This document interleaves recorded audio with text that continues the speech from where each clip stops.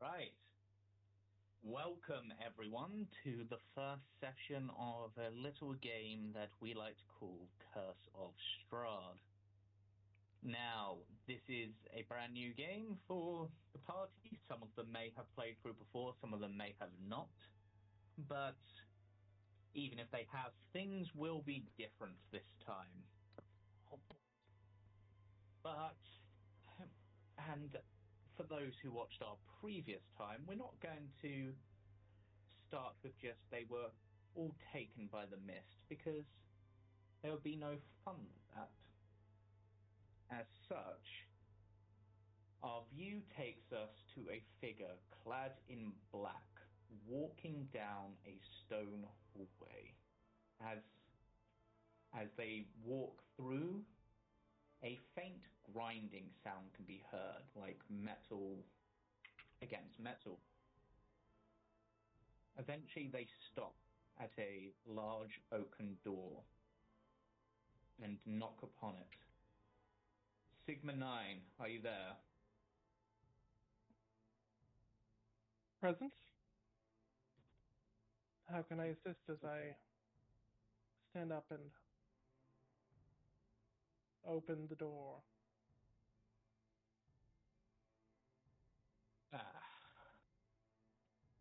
I've been sent to deliver you a message.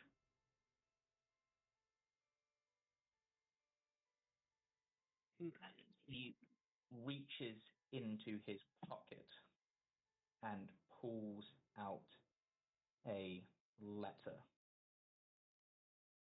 and hands it to you. I take it out of his hand with a... If you be a creature of honor, you will come to my master's aid at first light. It is not advisable to travel the woods at night.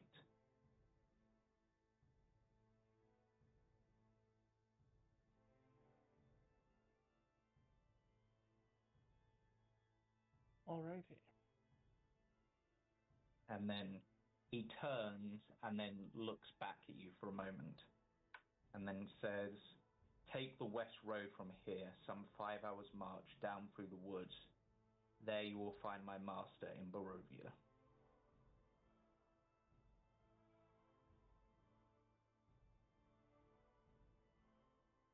Curious. We shall see what this leads to. And with that, he walks away.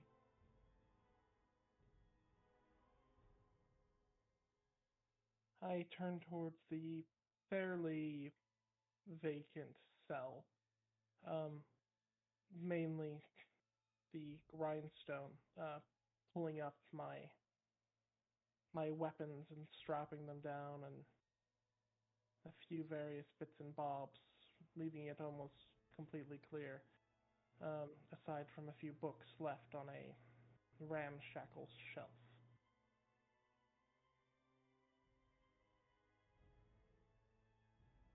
Okay.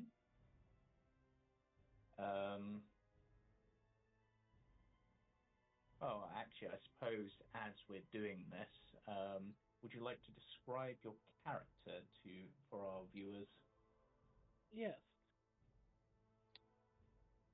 Sigma 9 is a tall, almost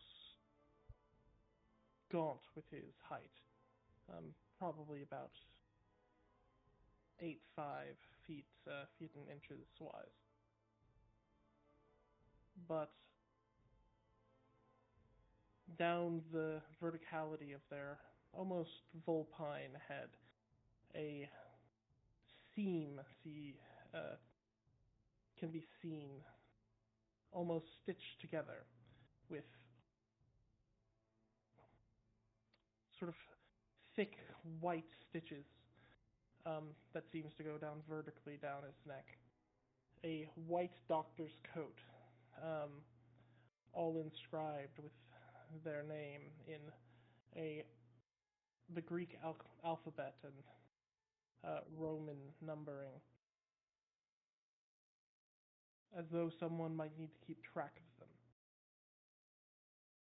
Their fur iridescent in the light, shimmering between strange purples and oranges, leaving many off-put as they step with a grace that shouldn't exist in a creature with the proportions they have.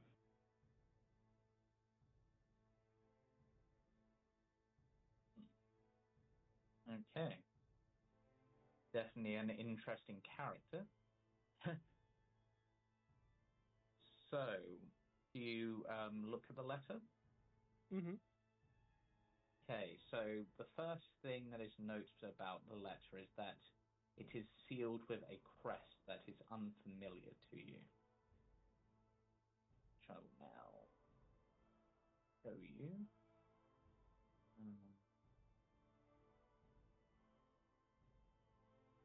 I'm going to just show you for now. That one. Sure. Okay. Should be able to see that, hopefully. Yes, as I hold the letter, I pull out a knife to, rather than break the seal, to peel it off. Okay. You know what? We're going to make this then, because that seems like quite precision work. We're going to make this the first roll of the session. So we'll give me a sleight of hand check to try to carefully remove the wax seal without damaging it. Of course.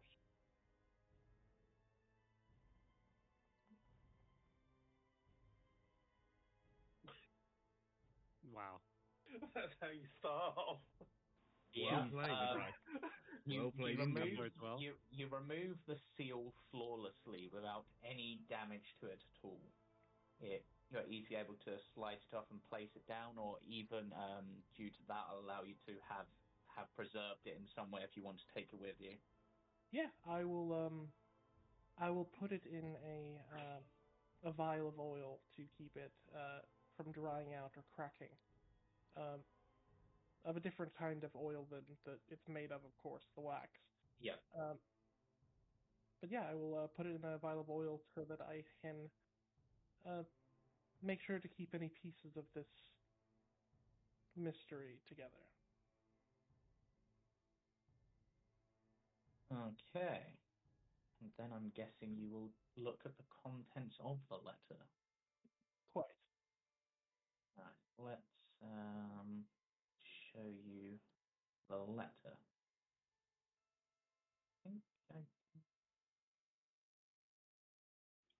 Yeah, I'll do it like that.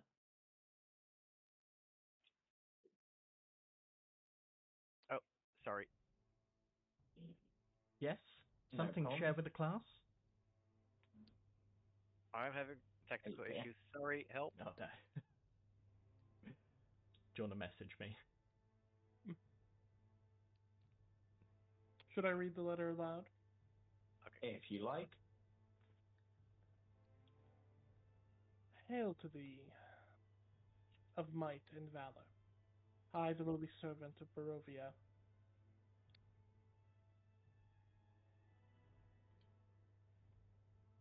What is this? The word. Sorry. It is a little bit hard to make out the exact. Yep, that. I think part of the thing. I'm seeing if I've got. I, a lowly servant of Barovia, Send honor to thee, the plead for thy too desperately needed assistance. The love of my life, Irina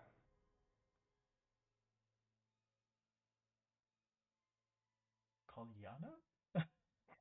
Kolyana? has been afflicted by an evil evil so deadly that even the good people of our village cannot protect her. She languishes from her wound, and I would have her saved from this menace. There is much wealth of this community, I offer all that might be had to thee and thy fellows, if thou shalt but answer my desperate plea. Come quickly, for her time is at hand. Of that I have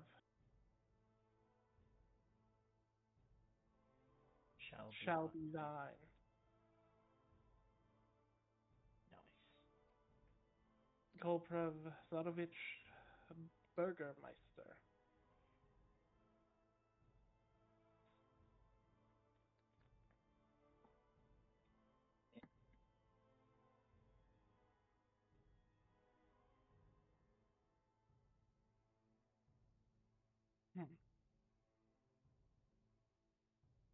So, it appears, Sigma 9, that you have received a desperate cry for help. This person has been inflicted with a great evil. Surely something monstrous must have afflicted them, and it seems like they think you're the one to save the job, and will be able to get a big reward after it. What do you do? Nodding to myself as I quickly draft a letter for my absence with my organization, pinning it to the door, giving them the closest thing to a direction where I'm heading, but knowing how inconsistent our ranks are, it is mainly for the sake of convenience, should I be looked for. As I take my things, leaving the few books of basic monster studies on the shelf for the next to come, should I not come back to be able to learn from. As I step away from the cell. Okay. And I'm guessing you're planning to follow the instructions? Mm-hmm. Okay. So, after you've done your preparations and began your travel, it is a long walk into the cephalic woods. But as you walk, the mists begin to swirl and swell around you, almost guiding you forward.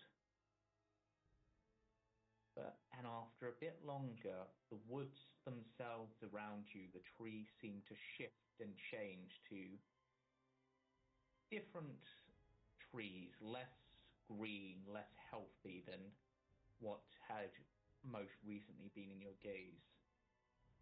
As you walk further forward, you can see 4 other thick figures emerging from the mist onto a gravel road. But before we introduce those, we are going to rewind a little bit, and we're going to go for the first of our tieflings, Misha Lightbrow. Oh no. So, werewolves in the mist. You've heard these dreaded words spoken again and again by farmers, merchants, and adventurers alike.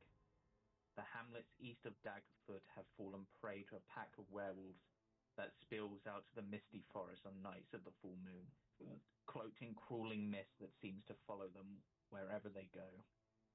The beasts spread death and mayhem, slaughtering adults and stealing children before retreating back into the woods. Others have tried to combat the werewolf menace with little success. You know this, and you know this all too well. For your family, your organization that you're a part of, have sent out others to try to combat this menace, to find the source and perhaps rescue the children if possible, but if not, burn out the den and make sure that none survive. The most recent, of course, being your brother, a much more favored member of the family, but still. And I'd probably say your relationship with your brother is a tad strained because of that favoritism he has and the lack of respect that you get as an individual. It is, but there's still, familial ties there, but... Yes, did you want to say something? Of course he is more favored. He is not an abomination. Exactly. That's what the family says. What? Yes. Sorry, that was something to... Yep. Yes.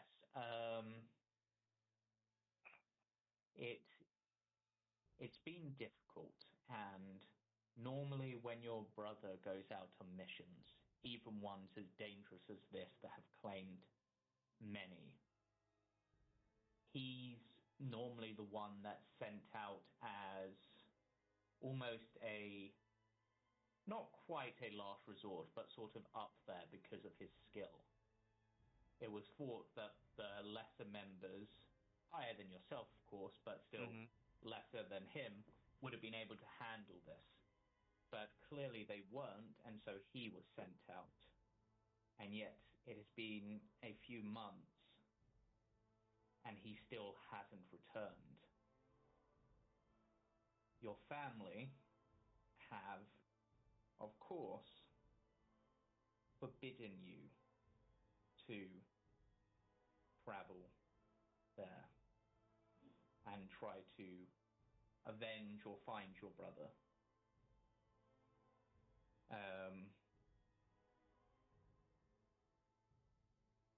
And thinking, yeah.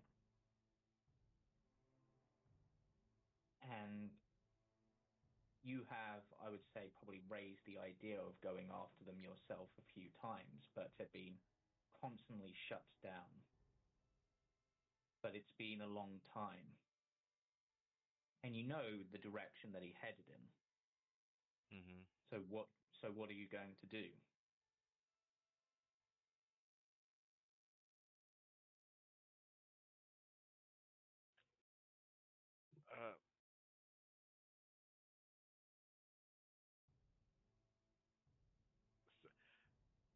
Obviously, I am going after him because he is the one family member that sees me as a person. Sure, my family is ashamed of me and don't want to be associated with me. But this is something I can do.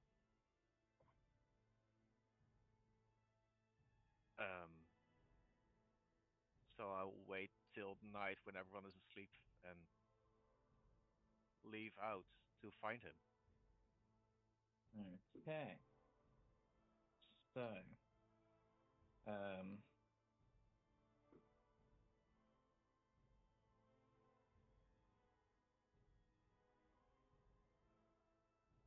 as you are leaving, decision here between something. Please don't make me roll stealth.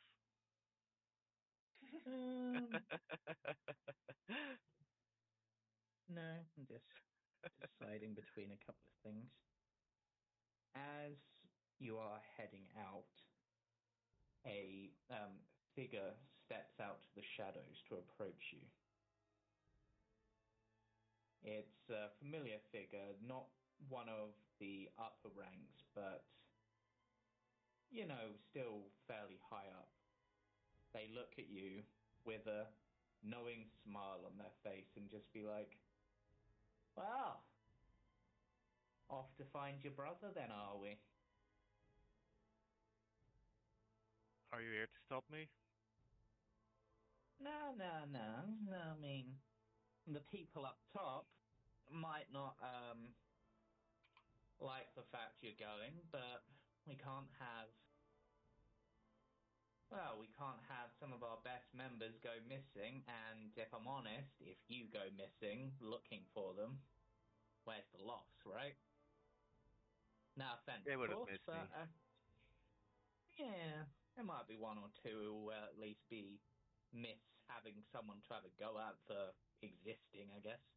But I thought, considering where you're going, I'd give you a little going away present, just to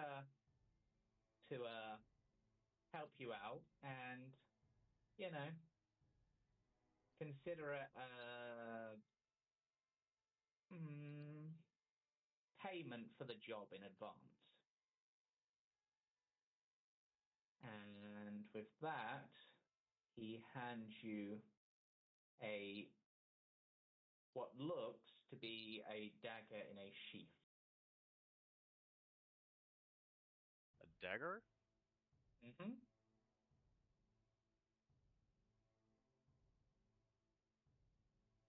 Now, you get going before anyone else spots you, and I guess good luck, and I hope it serves you well.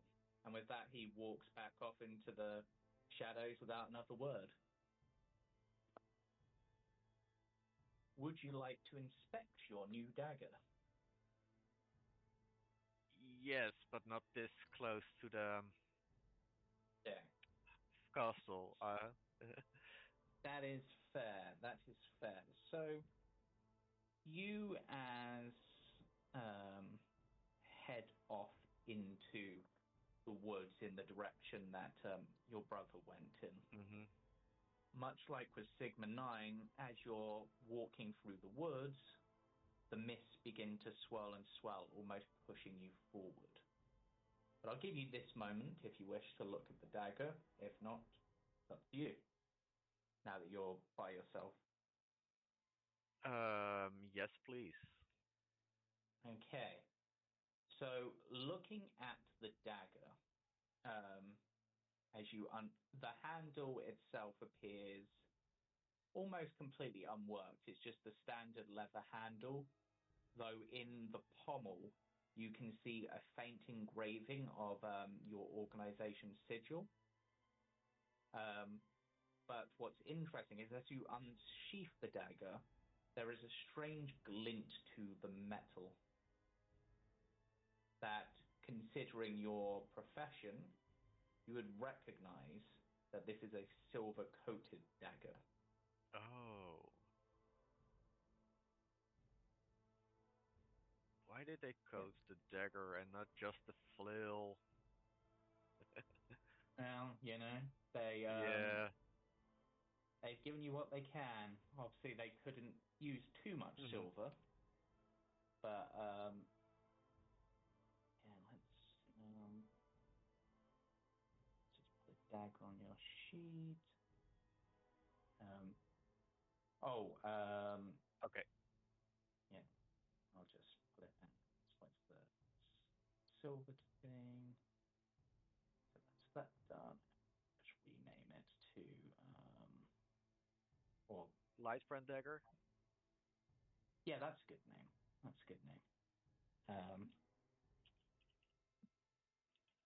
And just before I forget, Sigma 9, as part of your preparations for leaving, you would have, from your organization, which I'm going to put on your sheet, the item, you have been given your healer's kit. Okay. That you requested. Yes. Okay, and now is Tank back? You there, Tank? Yes. Excellent. Okay, I just realized I didn't have Misha introduce themselves, but describe themselves, but we can do that in a moment. You wait your turn. Nobody cares what Misha looks like. Their family does anyway. At least my family doesn't. Yeah. Sen? Yes? To be fair, they actually do care. Which is why they don't. Yeah. You raised your hand, Sen? Oh, sorry, I was typing.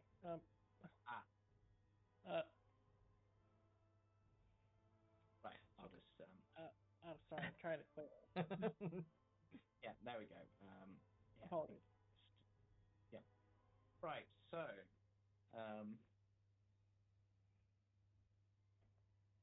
Alright. Just think how to start this. On a deep ocean, on a small sailing ship, we focus in on the sound of cannon fire. The ship is under attack, but it seems like it's unable to defend itself. The one solitary crew member aboard the deck seems to be doing everything in his power to adjust the sails, steer the ship, but to no avail. It seems that for one unfortunate individual, that this may be the day that the captain goes down with his ship. Or should I say, the lieutenant goes down with his ship. And we shall have Octavian introduce themselves and describe their character, at least a little bit, if they can. I didn't think of this. No problem. Yes, I'm playing Octavian, a GIF, basically a hippo person. And yeah, he's a lieutenant on a ship for the GIF Empire. But unfortunately, it seems like it's time to go down with the ship. Yes. So with that, he will drop the flag ship and wrap it around his neck as if it's a cloak, and get ready to sink effectively. So yeah. Yep. So, as your ship begins to sink down into the briny depths, it seems that whoever is assailing you might be out of luck if they were aiming to capture yourself and get any information about your empire. Because as the ship begins to sink, the mists begin to swirl, thicker than you've ever seen them, even at sea, blocking your ship and you entirely from view. As you go into the water, your natural hippo-like instincts take over, and you're able to hide among some of the wood and flotsam and jetsam. As you're hiding there,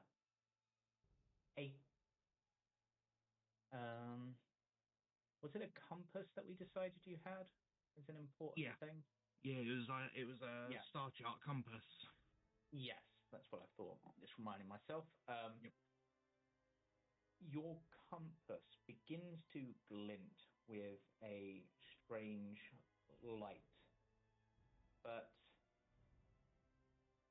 not a... Well, I suppose what you do. You see your compass beginning to shine. I'm going to open it and see what the pattern shows as it shifts with the night sky. As your compass is open, a gap in the mist seems to form, and you can see a single constellation, almost like an arrow or a beckoning hand, perhaps. Almost instinctively, it seems like this is the path to follow. Yeah, I'll follow it better than being captured. Yeah. As you swim, the sound of cannon fire, and even the sea itself seems to quiet. You find yourself no longer fully treading water, but treading on in the shallows on land. And you find yourself walking into an unfamiliar woods. You're familiar with the coast around here, but these woods seem different.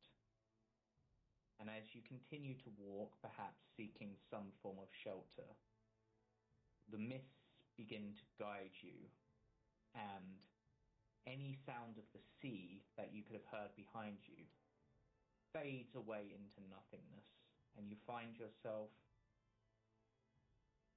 walking towards a gravel path in this wood of sickly, twisted trees, with 4 other figures also emerging from the mist. But for that, we have 2 figures that we need to introduce. A pair of figures. Now,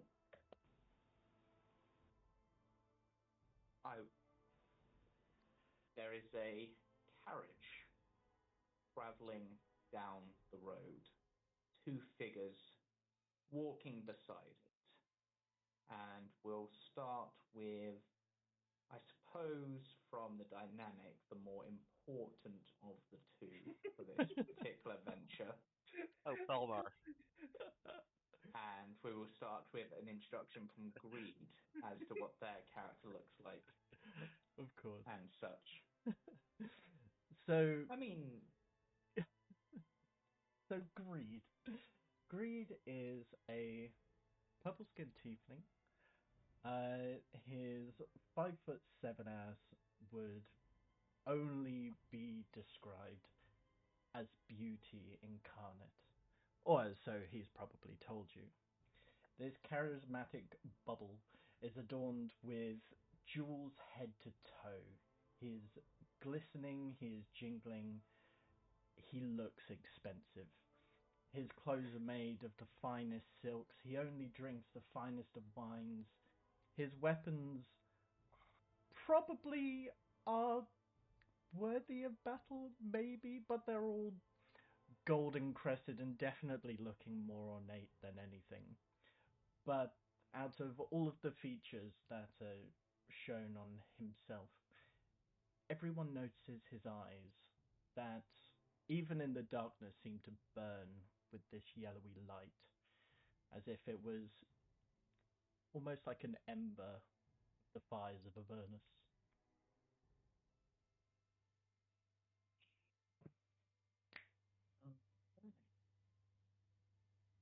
Right, so that's one of our party. And as that gaze sweeps over to the second member of the group, let's have a description from Palmer. Palmer? Yeah. Yeah. Or Palmar? Yeah, it's Palm. Yeah. So stood next, you see a 6'4" emerald dragonborn, eyes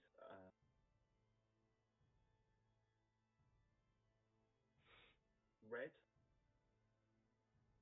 Had in my notes, but what the picture shows. That's my fault. How does he eat?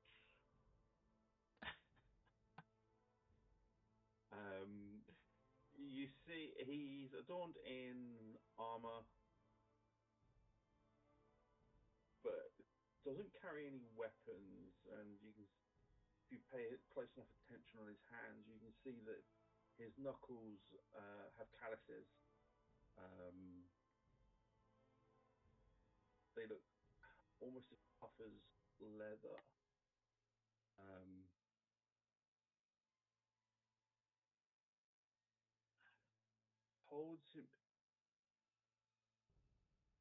holds himself with a lot of confidence and a bit of swagger. Not that he can back that up with this chat.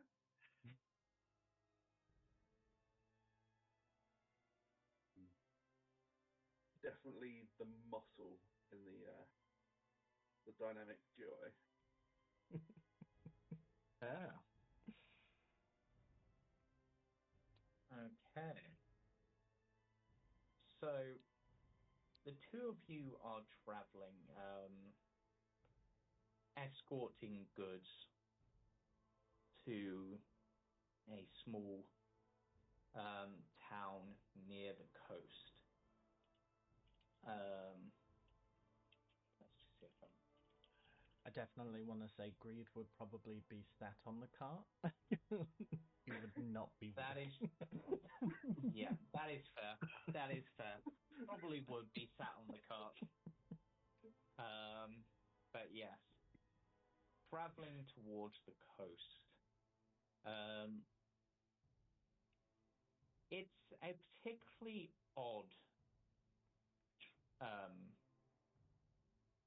travel for you, because it's not a usual pile of goods or anything like that.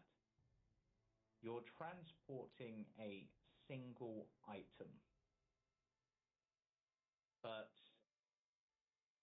for you, Greed, you know that the transportation of this single item is perhaps more important, if not as valuable as any of your other recent trading missions.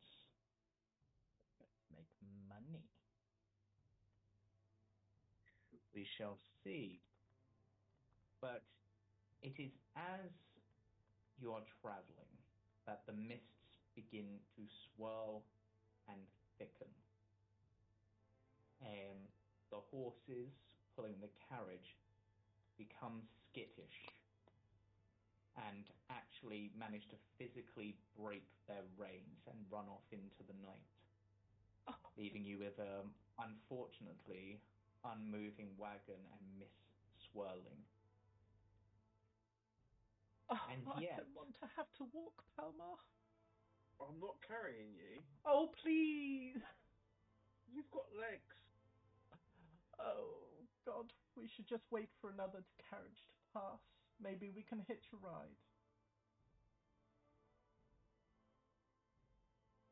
It's as you say that, Greed, that you hear a voice in your head.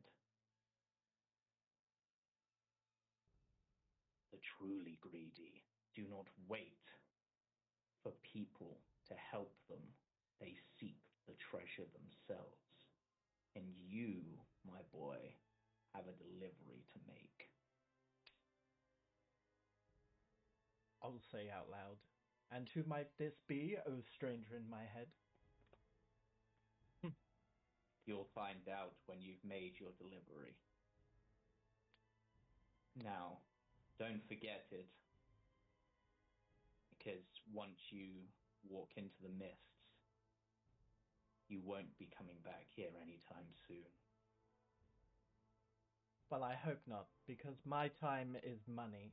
So, if you're the person I'm meant to be delivering to, our horses have just run away.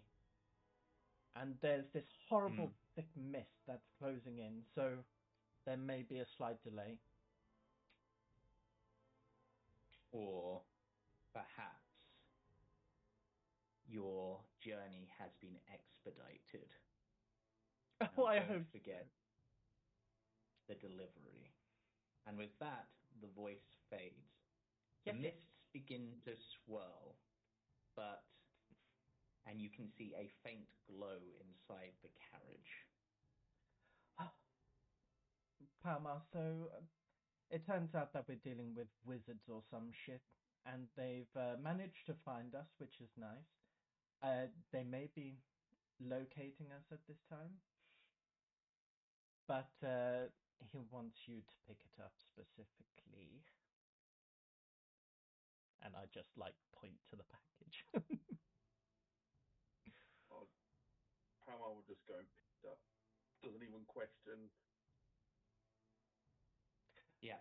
So the package that you can see, it's wrapped in a thick cloth, but there is a slight gap you can see. I'm back. Apologies. Possibly due to the shifting of the cloth. And what you see is a faint bit of amber. The bit of amber? Yes, this package wrapped in cloth appears to be made of amber. Is it like a chest or the item itself?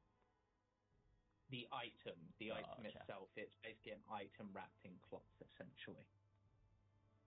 Wonderful. But it's probably, I would say, about a foot in height. It's almost like... a foot in height, okay. Yeah, it's base... trying to think of a good reference. Actually, I think this is going to be one of the weirder references, but it's about the size... about the size of one of the original Dragon Balls. Okay. Yeah. If you've ever watched Dragon Ball, sort of something like that, let's say. But rather than being round, it's more slightly elongated, so it's more like, and it's got flat bottom, so clearly something you can put on display by itself. Kind of like a vase, somewhat. Yeah, almost, yeah. Cool.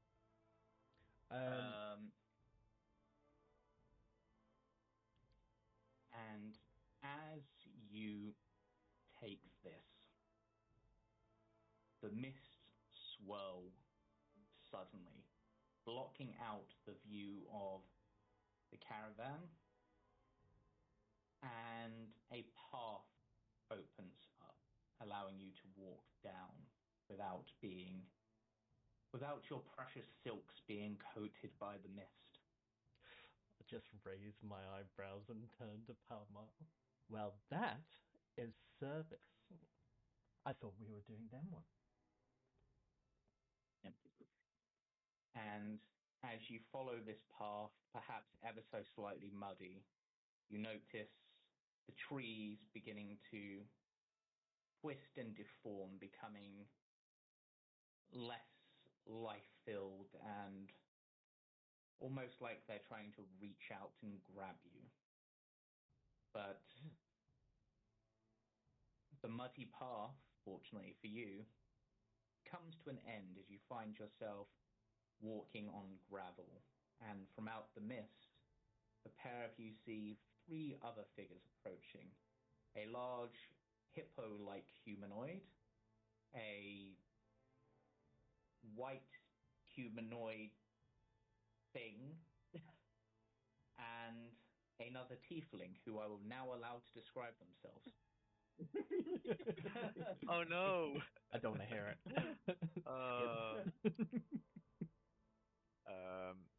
Misha is a bluish skinned tiefling with dark hair.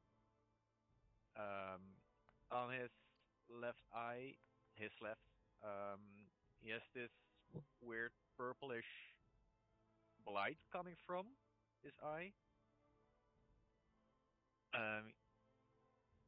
He's wearing heavy armor. On his waist, he's carrying a flail. Not sure what else to describe. He's a bit bigger than Greed, I guess. Just by a couple of inches.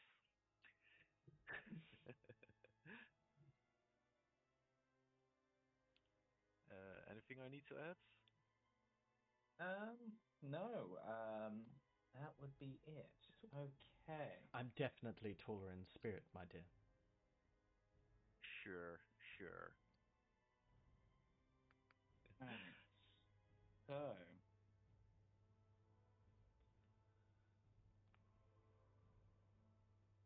well, there's the five of you all in the mist, all not where you originally were. I suppose, how do you greet each other? Palmar back. Sorry. I send out my Pokemon. Palmar, use flame breath. I mean, yeah, Grey Ball. Just say, who goes there? I draw my swagger stick, which I do have.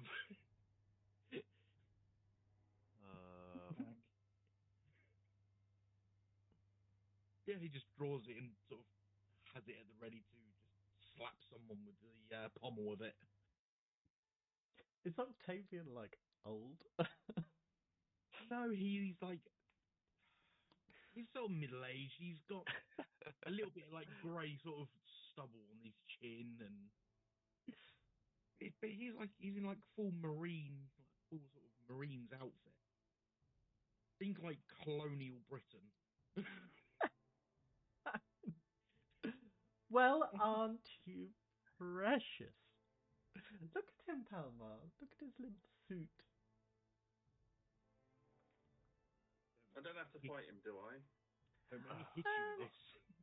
I want to break that monocle. I haven't decided yet.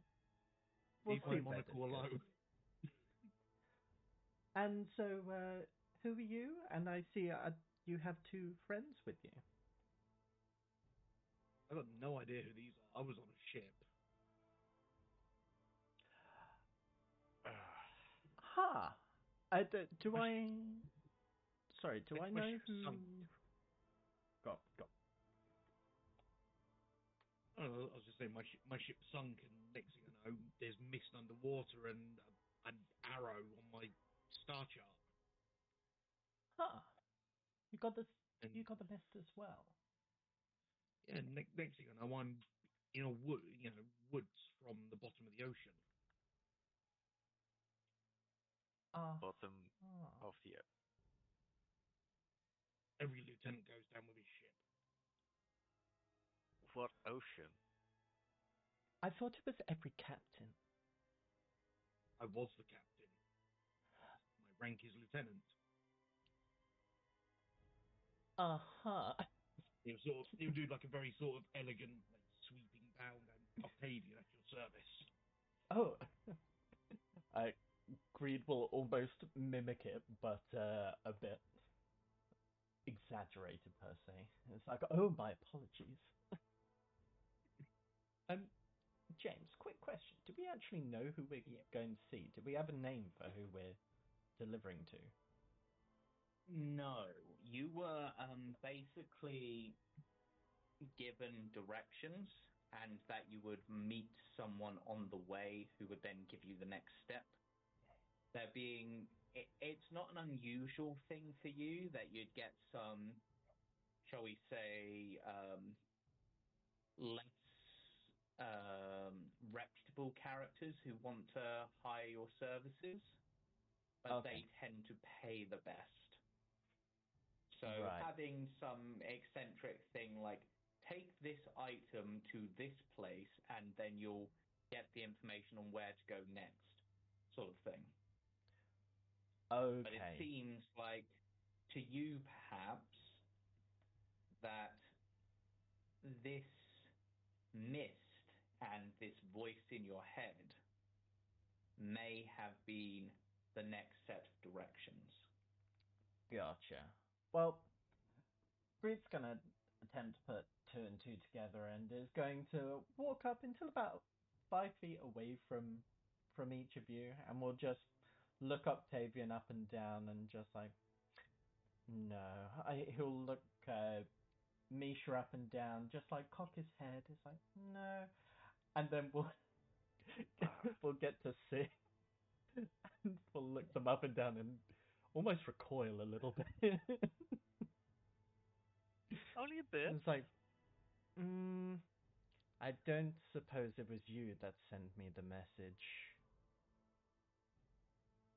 You look like you can send messages to people's heads.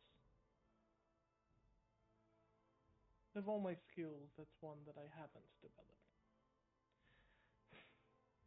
Like, visibly deflates. Palmar! He doesn't turn around to you. Though I do have a letter. Oh? Speaking of riches and a need for assistance. Ooh, that's definitely going in the right direction. Palmar, I think we found the right people. Oh. So you Does don't this feel seem like to a be... cock-a-maybe harebrained scheme you've got us into this time? Hey, this is just another job. Though you don't seem to be hunters. Hunters? What makes you say that? We hunt for many things, actually. Do we? Gold, mystical items, riches beyond belief, and As wine every now and then. As Sigma reaches into his bag, you see these thick metal butcher's blades hanging from loops with chains on his waist. With flecks of worn down, just barely there. There's this flecks of even brighter metal near the cutting edge that seem to have been completely worn away on these huge pieces of metal. As he reaches into a bag and pulls out basically the equivalent of an FBI badge or a cop's badge, as he holds it out and says, "I'm a monster hunter." Ah. And you said that Sigma was covered in stitches. They appear to be stitches, but every stitch that goes up his face, it's a little bit too 3D. It doesn't look like thread or a cloth or even flesh. And the seam almost twitches and quivers, slightly moving as you look at him. His eyes, the pupil with cross, is almost crossed across the entire sphere as he peers down at you. How tall is Sigma, just out of curiosity, sort of peering down at him? Sigma is 8.5 feet. About the same height as Octavian, then. Mm-hmm. 8.5 feet? What the fuck? Yeah. This can be anything up to 9 feet tall. What? I am looking up at you. Yeah. Different between 8 and 9 feet tall. Easily, Sigma's doctor's jacket. If it was put over your shoulders, it would trail along the ground. Okay. I mean, I'm using a ship's flag as a cape. You have the thick and the thin. They're standing right next to each other. Yeah. Yeah, so Greed's definitely throwing his nose up. I'm just picturing things for later. This is going to be interesting. As it's going to be fun too, nearly 9-foot people trying to be stealthy. When... Wait, are we stealthing? No, but I'm just thinking for later. Sure. It's going to be fun. As Sigma tries to smile, his lips move normally, but you see the gash on his neck open slightly, and you see teeth in his neck up this seam for a moment. Greed's face when he's looking at you is complete nonchalant. He's just got this almost smug smile, just I'm listening but I'm not paying attention kind of look. And he's like, aha. He turns round to Palor and his face just goes like deadpan, like, what the fuck is this? But says nothing. Palmar. Octavian's looking very Palmar, you understand. curious. It's not something he would have seen during his travels. It's very curious. Doesn't say anything, but yeah. Sorry, and you were hunting what exactly? I hunt all sorts of things. Mostly people who stick their hands in too far. In the metaphorical cookie jar. He must be looking for you, Greed. Stop it, you. Oh, was I not meant to say that? Not out loud. Oh. Sigma looks at Greed and goes, "You don't seem the type." Oh, I can be any type. Snake. But that's beside the point. But that's beside the point. Anyway, business first, and then fun later, because then we have money to spend on fun. So we're looking for, well, I guess a sign at this case. And if none of you are the sign that we're looking for, unfortunately, you're not really useful to me right now. Again, if you're looking for riches, there are riches promised. Whole villages worth. There's quite a lot of money to be made in saving people. Did we get a location as to where the delivery's going, James? You haven't yet. No. The only bit of information you have is, I would say, the amber thing that you have. The glow of it seems to be focused at like a specific point, and that is pointing down this gravel path. Okay. So we were probably following that as we bumped into the group. Yes, essentially. Gotcha. Yeah. So, myself and Palmar, we're very, very busy people. So, if we're looking for riches, villages and riches don't really go in the same sentence, so that doesn't really make sense to me. But we're going this way, and I just point down the path, just almost sidestepping them, like pushing Palmar. Is that the same way I was going?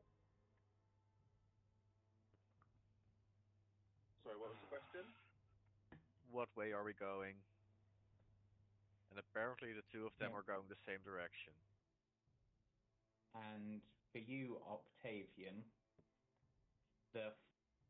you can't really see any stars at the moment. Yep. But having a brief look at your compass, it's also indicating for that direction.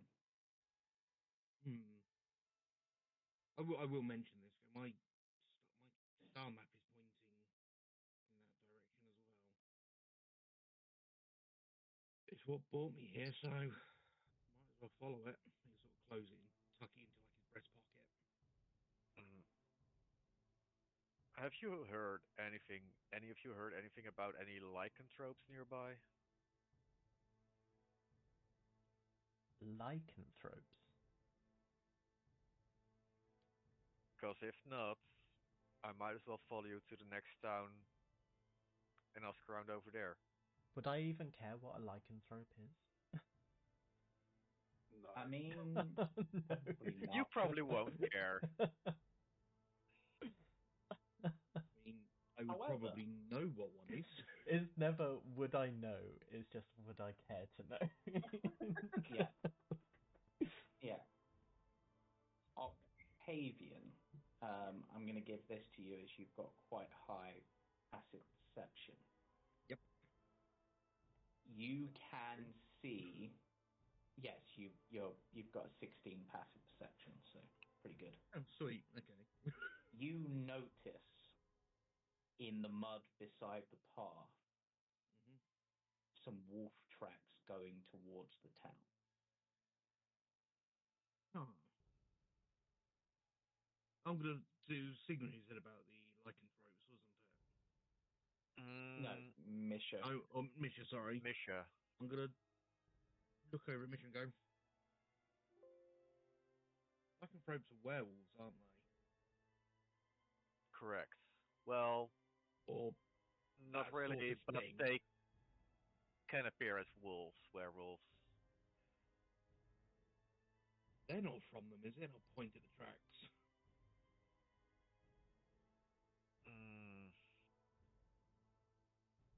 That way I go at it. They look kind of wolfish to me.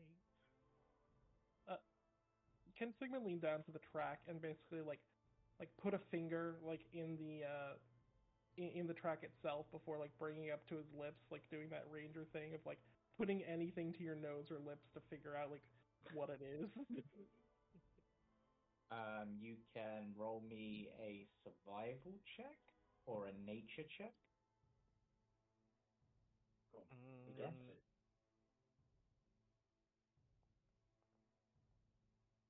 No, I didn't.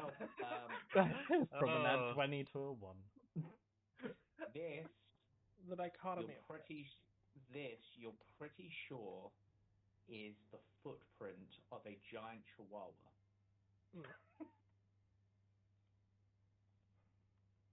A rare and dangerous beast indeed. Well worth the hunt. The most terrifying of animals. God, could you imagine a chihuahua, but it's like the size of like an Akita or something? A Rottweiler. Oh my god, that's a terrifying idea. Yeah. I mean, Jack Russell's can be bad enough. Chihuahua. I'd rather have a Doberman the size of a Chihuahua. At least those are behaving. That would be adorable. Yeah.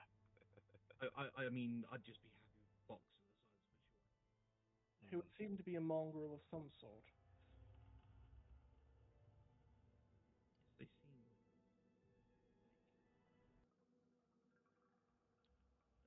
Is it singular?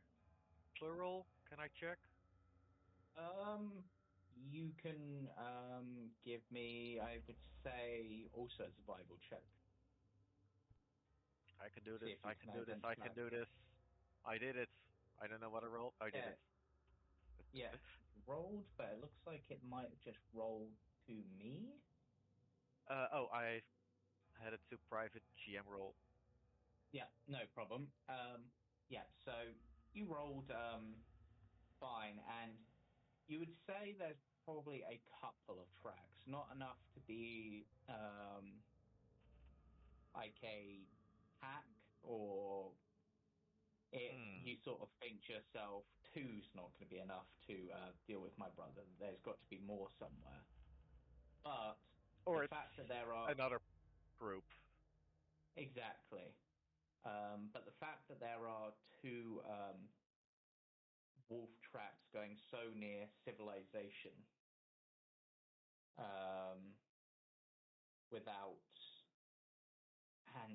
looking at the track, there's nothing to suggest that these would be desperate wolves or anything like that. That would suggest something less primal compared to your typical wolf. So it seems like you all are going down the same path. Well, it looks like we have some traveling companions. Great. That's perfect. Isn't that Palmar friends? Great. I mean, my carrying capacity is doubled, so I could probably try and pull the wagon. Well, if the wagon was still there, but that seems to be lost in the mist. Oh, I thought it was just the horses. No, It's all The gone. horses bolted, and then when they picked up the amber, the mist swirled, and basically the cart was gone. I've got nothing. Sorry, apologies, I missed that bit. No problem. I'm looking forward to being able to show off my -1 strength. Well,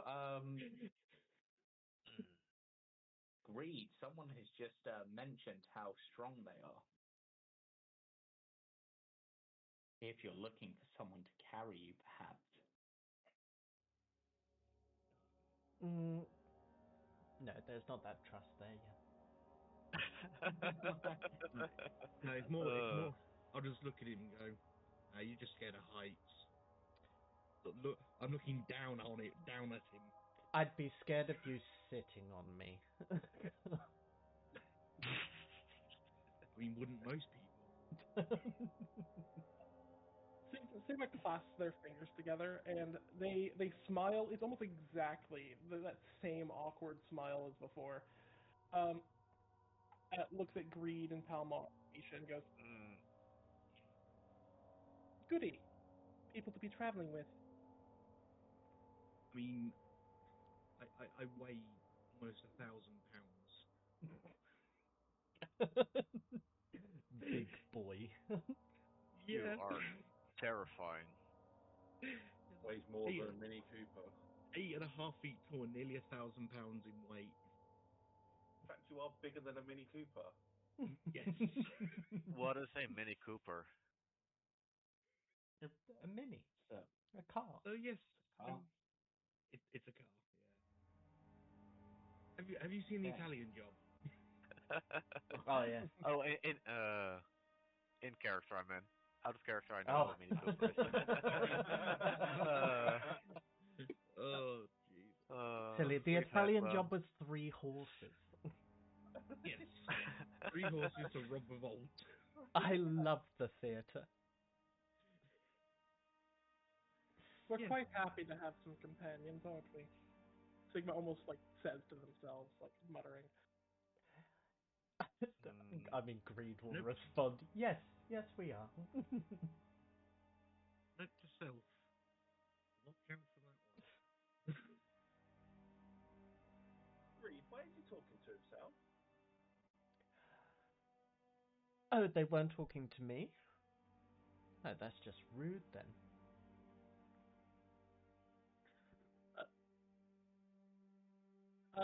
Sigma will hear this, and he'll sort of walk ahead down the road and just go, "There are many of us," and just keep walking, almost jauntily at this point. Now that there are people to walk with. Oh no. Greed will turn to Palmar.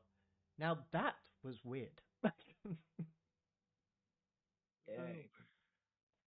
I assume you are all following Sigma? Yes. I'm not sure I want to. I will look down and pick up a piece of wood and tie a bit of rope to it to use as a shield for now. Okay. I'd probably say that myself and Palmar sit towards the back of the group. Because apparently I have a shield, and it just makes sense to have it made out of a bit of the ship. Yeah. Yeah. All right. Is it the wheel? Gravel? Yeah. Ah, that'd be cool. The gravel road you walk down leads to a village, its tall houses dark as tombstones. Nestled among these solemn dwellings are a handful of closed-up shops. Even the nearby tavern is closed up tight. A soft whimpering draws your eyes towards a pair of children standing in the middle of an otherwise lifeless street.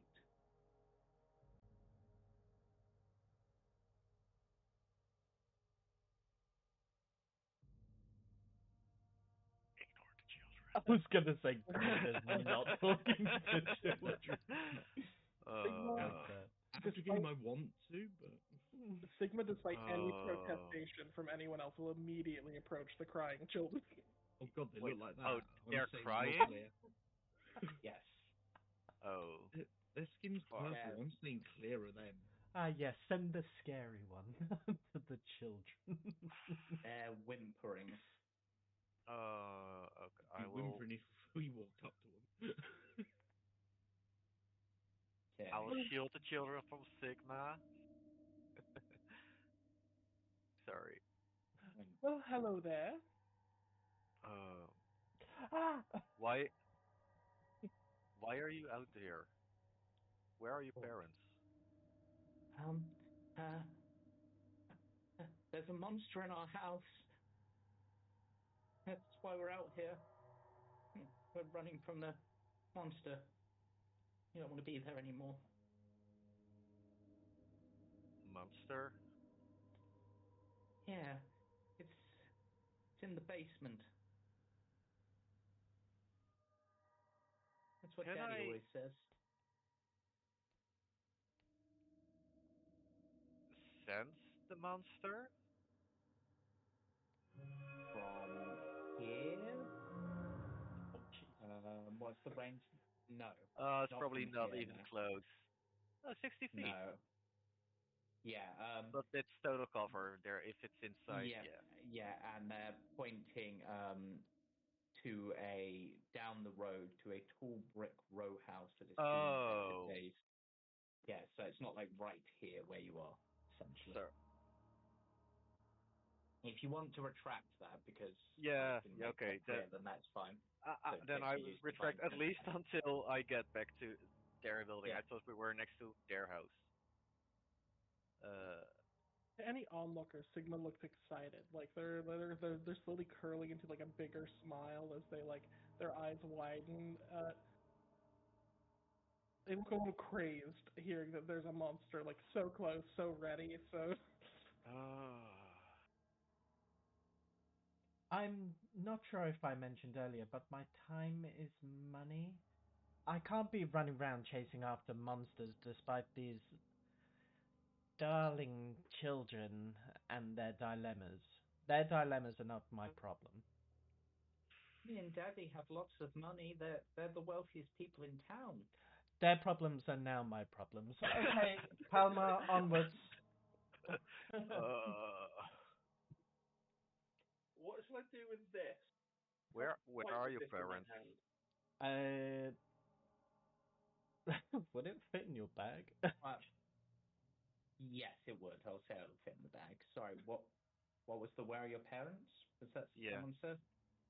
Misha asked them where are their parents. Yeah.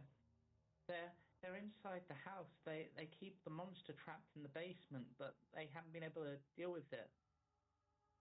Can you show us to the basement? We can show you to the house. Then we don't really want to go back in until it's the monster. It's really scary. We can hear its howls even up in our bedroom on the 3rd floor.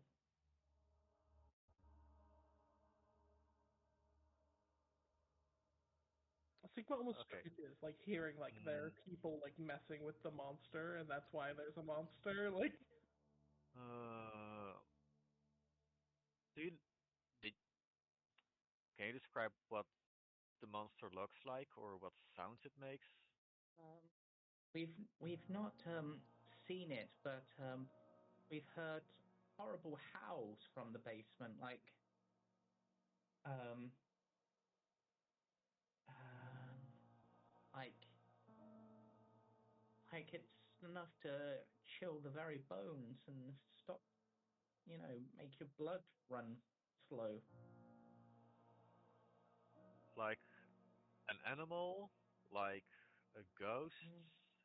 It doesn't matter what it is. It's probably just a rat or something. But They said money. yes.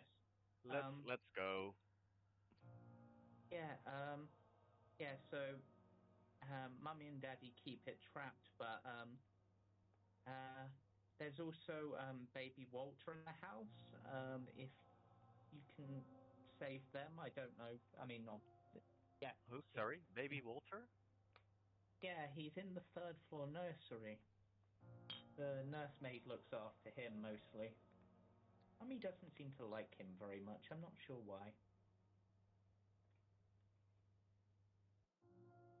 I think it's because he cries a lot. So we need to look for a crying child, look for your parents, and get rid of the monster. That sounds about right, yeah. And we can lead you to the house, but we'll stay outside. Yes. Lead on. Lead on. I'd rather you get inside. It's way more scary outdoors. No, it's not. You don't understand how scary that monster sounds. But if we're right in front of you... Nope, not going back in. The way that Sigma walks down the street towards the house is very much like a predator. Like, their eyes are all dilated. They're excited. Well, this is going to be easy money. Richest people in town. I can't imagine it's going to be much, though. Steven just pats down to his pouch and goes, I've lost my pipe.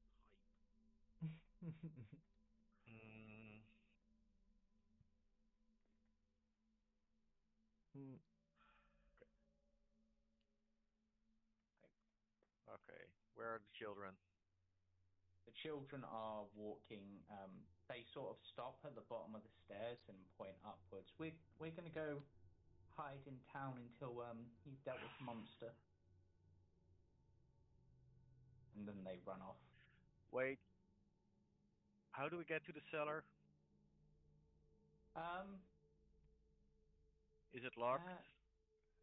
It might be. We've never been allowed down there. Sorry, I just want to very quickly do this for the stream. Fucking DM_Andy, this map is fucking gorgeous. Good job. Really? Thank you. I know. Fucking hell, it's beautiful. Yeah. Oh. Yes. Well worth the purchase.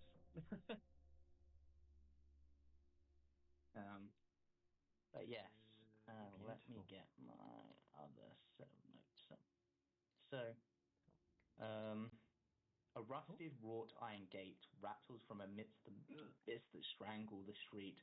The wind moans like an neglected child, but all you find within the manor is a swollen silence. Is it locked? The gate itself does not appear to be locked, no. All right. Can I open the gate? Yes, you can. That was fucking loud.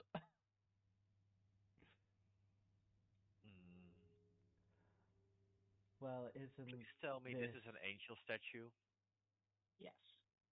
Don't blink. Well, isn't this delightful? So I want to know what this is over here.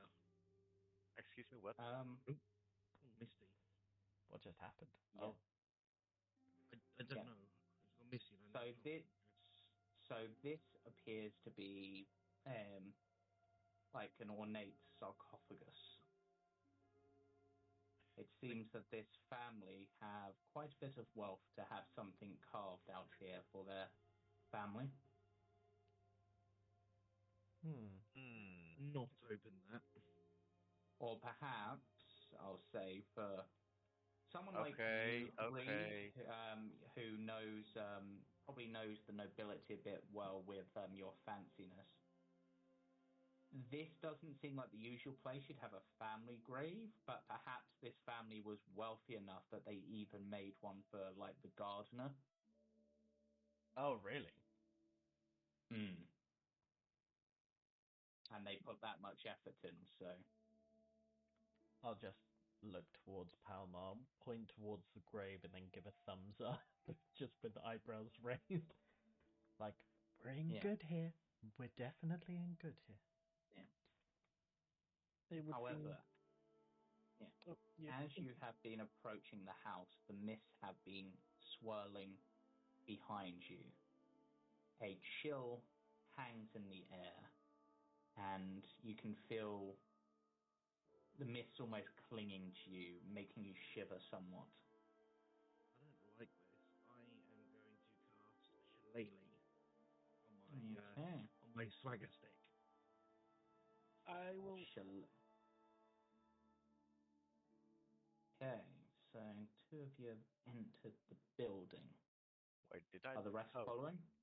Well, you've entered like the initial entranceway, sort of thing. Yeah, I'll go in now. I've cast my spell. Yeah. Okay, so ignoring a shiver, you escape the clinging mist and cross the stone portico into the house. A chill hangs in the air. Oaken doors stand before you, silent and brooding. You find yourself in an immaculate foyer, decorated portraits and heraldries. A family of stony-faced aristocrats watch you with disinterest. The plaque on the frame reads the dirt in dull gold lettering. On the southern wall, you find a shield emblazoned with a coat of arms, a golden windmill on a red field. Mahogany-framed doors lead deeper into the manor. A shield, you say?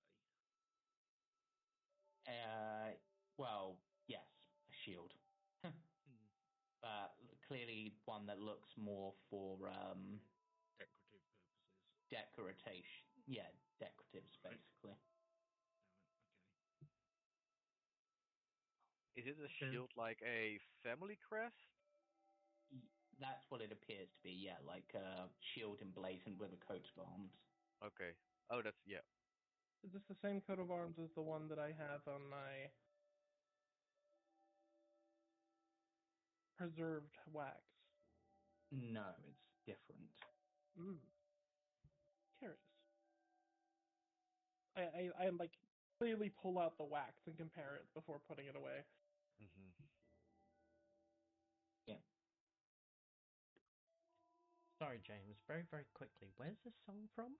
If you can see that. This song is from Dark Souls 2. That's it. Fuck's sake. Sorry, continue. Yeah. So I'm while hoping these songs don't get flagged. So while we're searching, why don't we all tell each other about ourselves? It may be a bit hard to fight against a monster with people you don't know. It's easy. You walk up, punch him. Not all monsters can be punched. Oh no, Palmar will definitely punch it. It doesn't matter what it is. I've seen him punch some interesting creatures. Mostly creeps at the tavern. I was looking at I've got this, and I'll hold up the slightly glowing stick. The slightly glowing stick. Yeah, it's like it's my, like you've seen like the military, like a little cane that they have that they hold like under their arm. It's literally one of those. With like a jewel embezzled in the the top of it. You hold ranks. I was never allowed to hold ranks. My designation was far more important than any rank I could have earned. I reached the illustrious rank of lieutenant. We had a lieutenant once. I believe they were eaten. Okay. So I have this, and I can make things glow.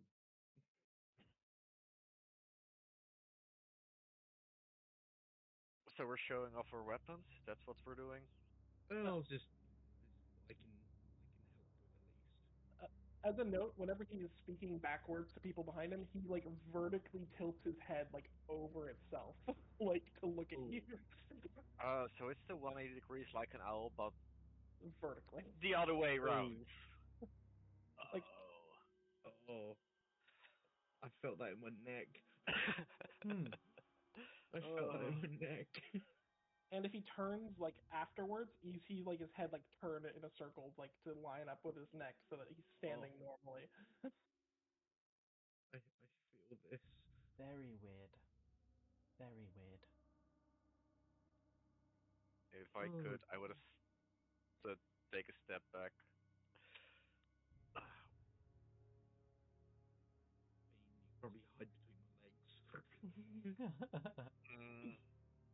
I opened the door without fanfare.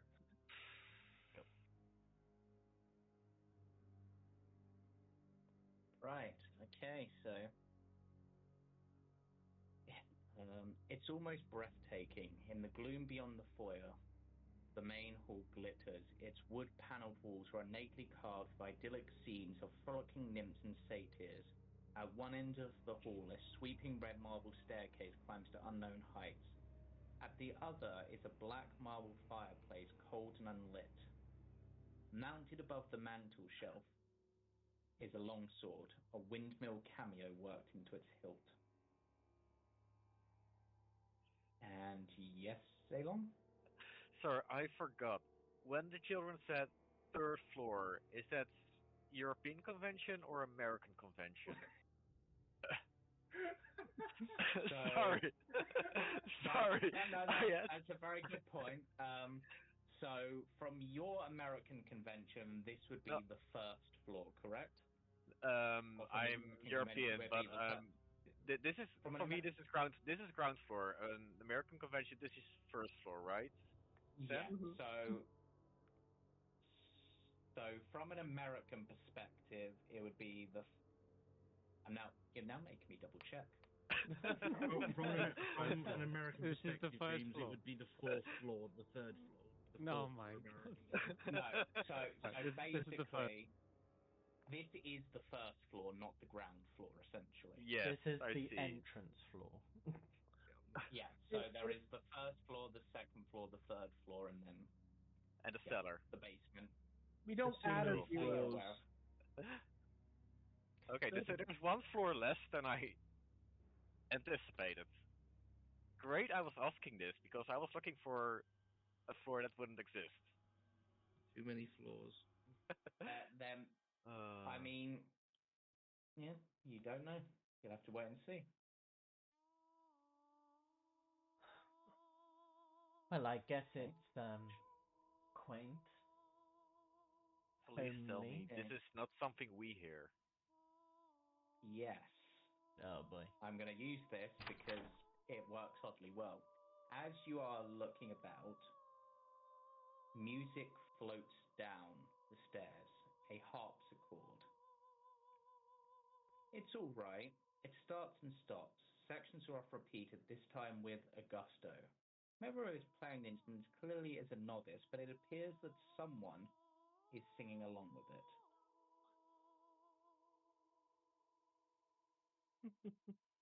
Does anyone feel compelled to walk up the stairs? No, not I feel compelled to walk. Oh no, I'm asking the group as a character. I thought you meant like an out of siren sort of thing. I mean that's what Misha believes it could be. What was that, Woody? Palmar answered in character there. Had no interest in going up the stairs. It looks like no wonder the children were terrified. Octavian's like, I want to walk out of here. I've heard this before. Things like this. He's getting PTSD. Yeah. Yeah, this is like PTSD for Octavian. He's heard sirens. When Palmar turns towards the stairs, whenever you turn around away from the stairs again, whenever you look at the stairs from the song starting, you see the Sigma's like looking at you, like smiling, like right next to your face, like inches. Wait, next to who? Palmar. Palmar. Oh. Oh god. That's terrifying. Just smiles back at you. Yeah. It looks like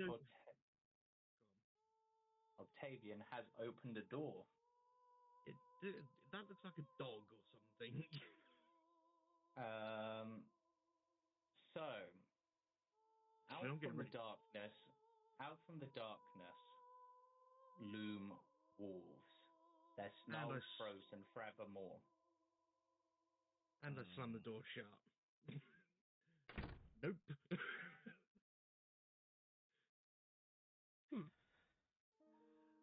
Did you find the monster we were looking for, Octavian?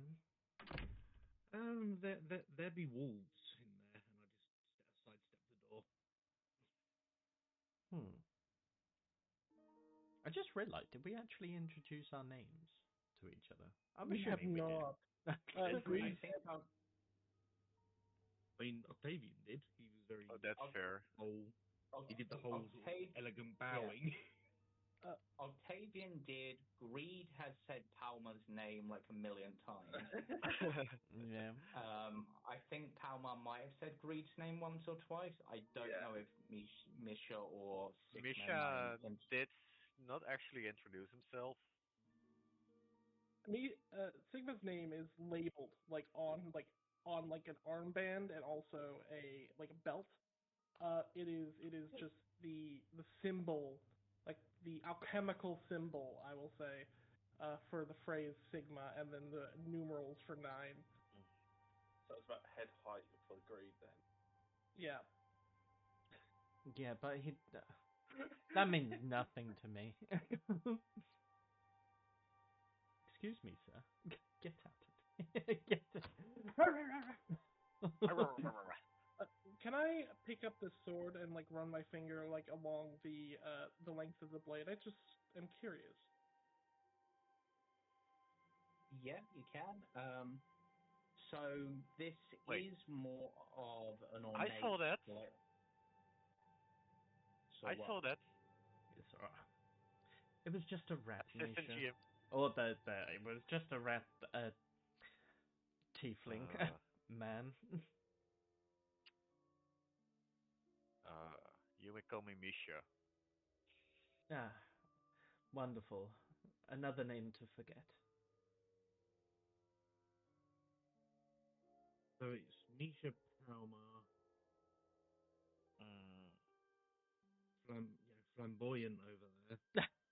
Please, you may call me Greed, and we'll give that same bow they gave you earlier. He'll incline his head. Yeah. And you are... Sigma. Is that your organization?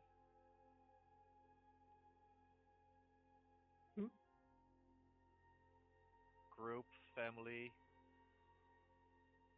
What's on your banner? Armbands? It's my designation. Designation? Name? Rank? Experiment Sigma 9. The 9th of the Sigma class of experimentation. Oh, that explains a lot. I believe it was mainly based in the occult and otherworldly, though it was mixed with other obscure arcanities. So, do we call you Sigma? Do we call you 9? Do we call you Jeff? Sigma or 9 are acceptable. I've been given no other name. Okay, that's good to know. Yes. Bob. That's a name. We'll call you Bob. No, you won't. They probably will. I'm going to call you Eexy. I think it's cute. If you pronounce it the way it looks, I'm sure that it looks that way. And as he sort of turns back towards the sword, you do see that on the tail, there's literally teeth lining a mouth on the tail that is almost as long as he is tall. I didn't even notice tail. I could just imagine it when Greed said it's cute. He leans in and boops the nose on the tail. That's fine. Why have I got a feeling Greed's going to get his hand bitten off by touching something he shouldn't touch? Oh, they can try. They can try. But yeah. Anyway. Yes, so let's... You said it was a Sigma, dog in I the believe hair. you were looking at the sword, right? Quickly? Yeah. Mm-hmm. So it's clearly a display weapon. It's not sharpened, but it is, if you look quite closely, very intricately fashioned. The handle in particular is ornately carved with a windmill cameo.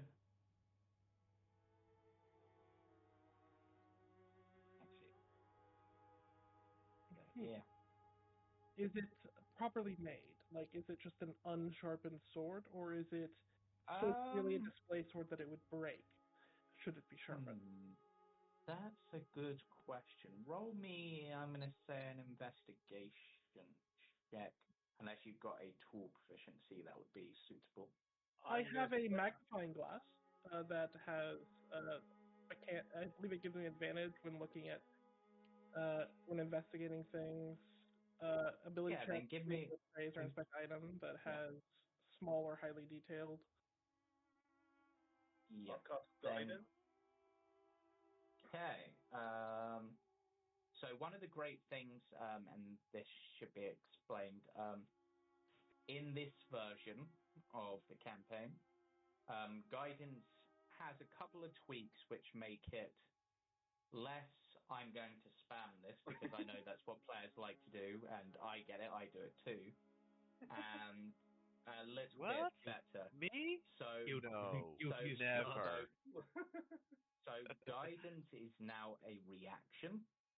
So basically, if I say that the roll is too low, you can then use your reaction to cast guidance.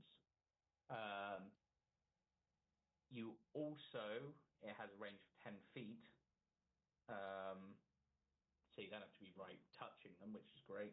And it's no longer a concentration-based thing. So you can also use it. You've seen them roll. Maybe they've got an 18. You're like, we should probably try to push that and then just reaction roll. But essentially, it's meant to be that, that's a failure. Okay, we're going to add guidance to bump it, essentially. Resistance is also the same. So, yeah. So you don't need to do guidance before. Yeah, basically. Did not roll In well. this case, it's an 8. This sort of sword is a bit too, I'm going to say, poncy for you to have much further interest in it. You sort, and probably isn't something that you've looked into, this sort of sword, because you're more used to really functional weapons like your butcher blade. Mm-hmm. So you try to look at it, but it's surprisingly covered in dust, which is perhaps making things a little trickier for you, but unfortunately you can't tell if it's a proper sword or just an ornament, but it's certainly not sharp. You might be able to hit something with it, but... Sigma will turn to sort of Palmar and Misha standing there and say, "This is quite dusty for a house that was recently lived in."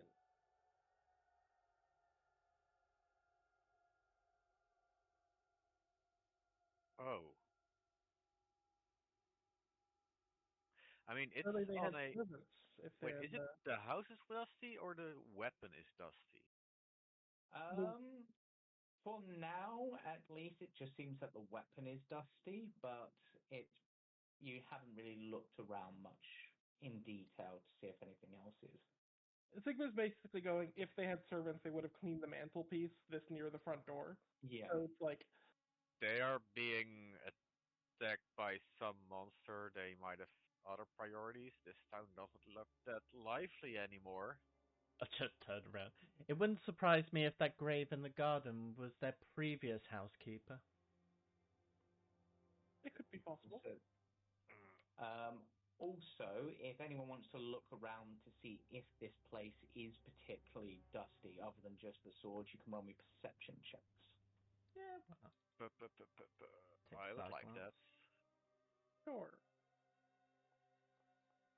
It's respectful. Okay. Probably a good one. Okay, those are both very well done. And Palmer, fantastic, and about to be blown out the water by Octavian. Nice. But yes, so this room, with the exception of the sword, is It basically glitters with how clean it is. See? The other oddities, though, that you would notice is considering how the weather is outside and what you estimate to be the time of day, it's odd that the fireplace isn't lit. And based on looking at it, and I realise there's some light coming from it, that's just the map. It's not actually any light on it, so ignore that. It doesn't look like it's been lit recently either, so it's quite cold to the touch. So it's not like it's gone out recently. Oh, it's actually quite dank in here then. A little bit, yeah. Oh, yeah. It's better than outside by far, but still. The other thing that you all manage to notice as you're looking around is this wood paneling, this ornately carved frolicking nymphs and satyrs. Looking into it a bit closer, it looks like interwoven in some points there is also a pattern of serpents and skulls. Just you wait.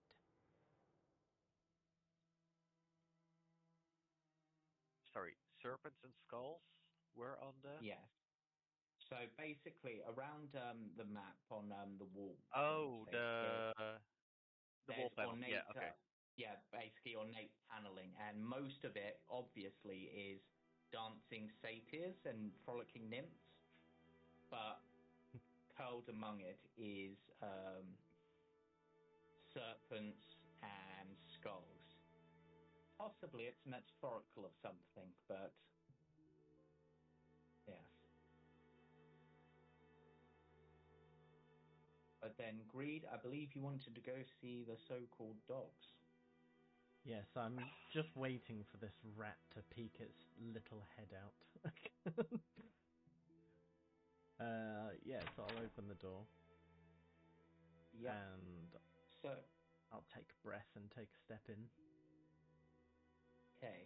Out from the darkness loom wolves, their snarls frozen forevermore. A stag's head is mounted above the unlit fireplace. Fine chairs draped in furs face the hearth, a cask of wine and a pipe rack on the table between them, the goblets dry and empty, the candelabrum gleaming in your natural vision at this point, because none of you have had to light a lamp.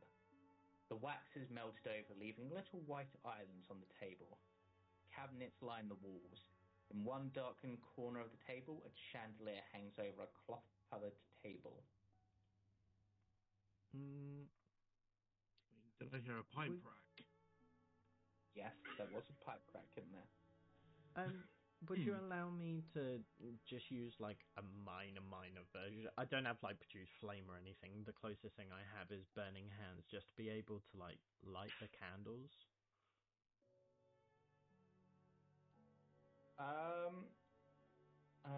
Does anyone have Druidcraft or Prestidigitation? Sounds like you need. I mean, I should have Druidcraft, shouldn't I? Did you take it? It's only if you take it as a spell. No, I didn't. I took a Shillelagh Resistance. Yep. Can I hand Greed a tinderbox? Oh, I'm not going to light it by hand. What do I look like? I was about to say slave, a servant.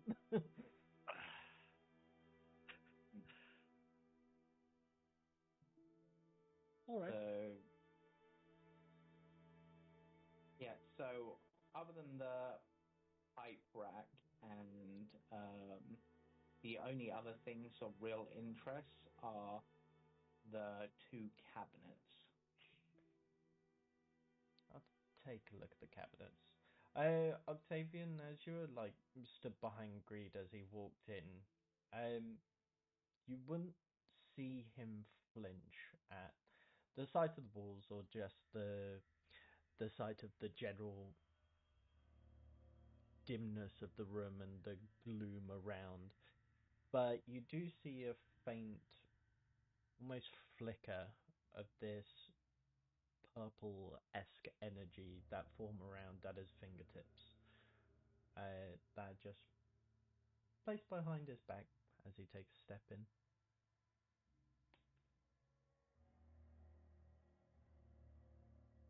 Purple, you say?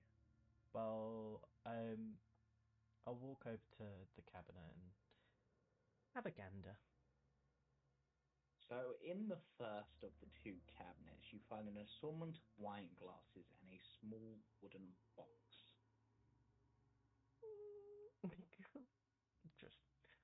I'll have a nosy at the little box. Open it up. Have a look see what's inside.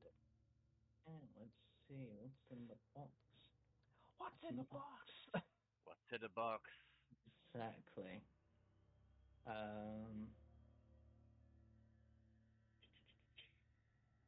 All that appears to be in the box is a deck of playing cards. Very well made, very good paper stock. Quite well intricate designs. Do you look through the cards at all? Give me 1 second. Yeah, sure, why not? Okay, so It probably sighs beforehand. Sorry. Yeah. Looking through the cards, you notice probably that the edges are actually gilded with gold leaf.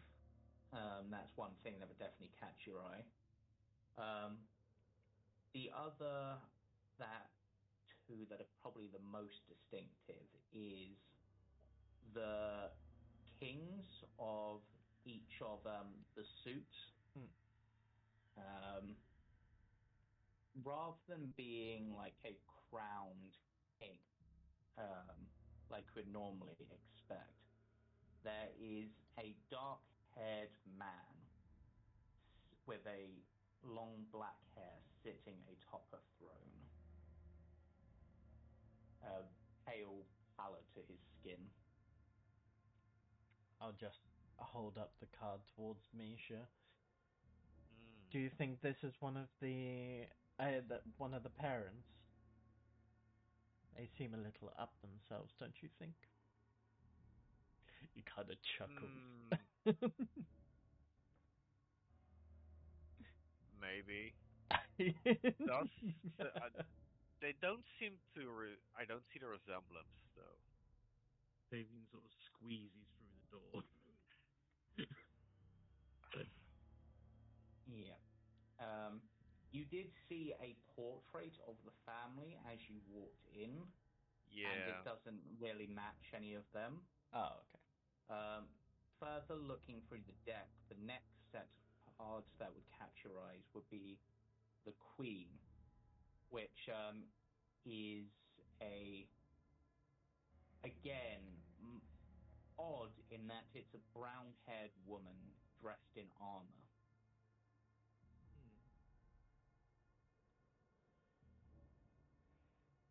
The final card of interest is, of course, the Jack. The Jack displays a wolf. A wolf? Yep. Actually, I'm going to say each of the Jacks has a different animal. Wolf, raven, rat,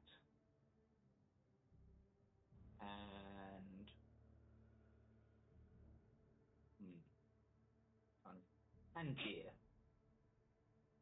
A deer? Mm-hmm. All the kings are the same? Or at least the same Yes. person? Yes. All of the kings are the same. Slightly different pose, but all of the kings are the same. All of the queens. The queens, on the other hand, all appear to be a similar person.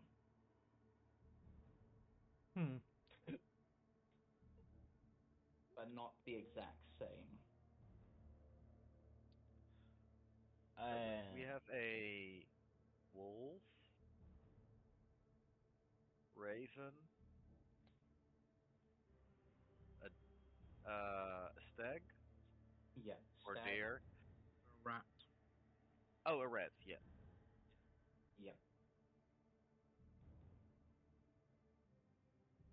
Okay. Greed will just put them back in the box and just like chuck it back in a bit nonchalant. It's like, must be a custom set. I mean, there's no harm keeping them. Make money. You want to steal from these poor people? They have enough. I have nothing. Uh, I'll take a deck of playing cards. Greed will pick the cards back up, and we'll look at them and look back at Octavian. We'll then just chuck him to him. Catch him. Okay, I'll Surprise, import, surprise.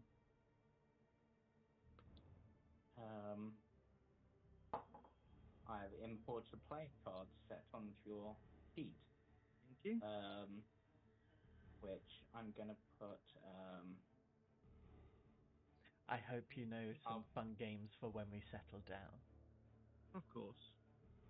I mean, I'm going to take a Yeah. pipe and some of the tobacco as well. Yeah. Greed. In the other cabinet, as I'm assuming you're looking. Yeah. The other cabinet, sporting behind its glass frame, you can see 3 crossbows. One of heavy oak, one of a lighter mahogany, and one, you're not quite sure the wood it's made of, but it looks clearly designed to fit into a single hand.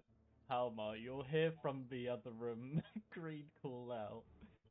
I think I found who bought your crossbows.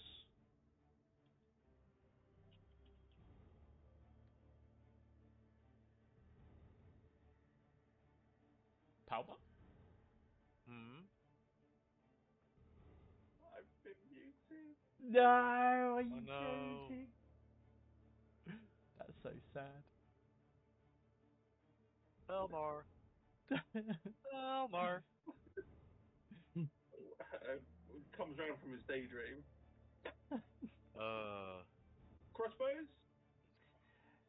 Yeah, aren't these the ones that you sold the other day? Such a plebeian way. Just before we left?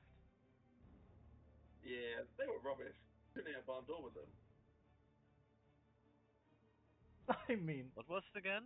Oak, mahogany, and not something to be determined. Yeah, Oak, mahogany, and hand.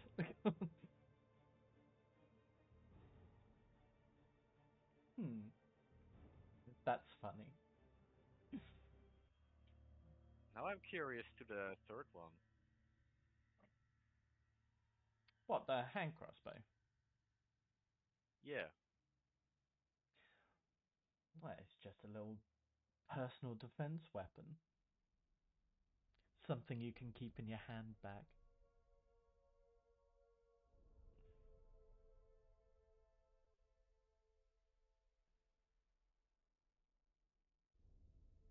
What is odd about this cabinet is there is a light padlock on the front.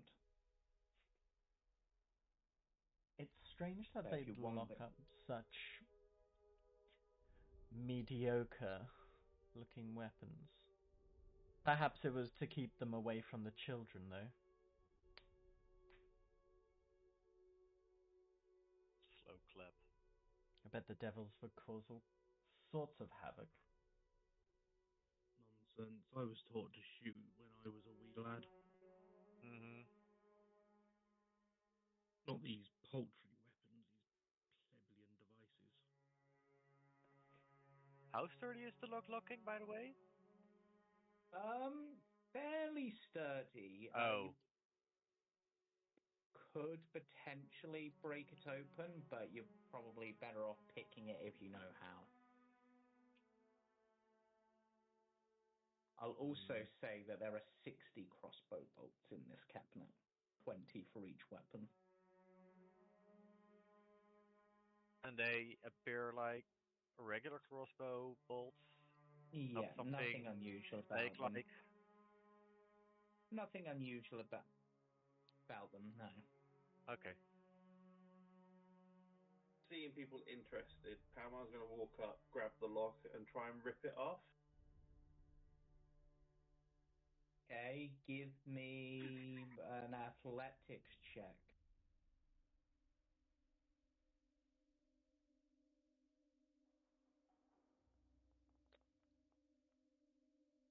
Nice, nice. Okay. With that, you are able to pull the lock off. However, you break the door in the process, Who needs the door? making quite a bit of noise. Sigma smirks at Green's comment, going, they just remind me of someone.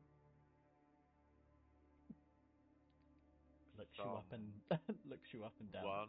That you used to know? We used to know a lot of people. You didn't have to cut him off. Sorry. What?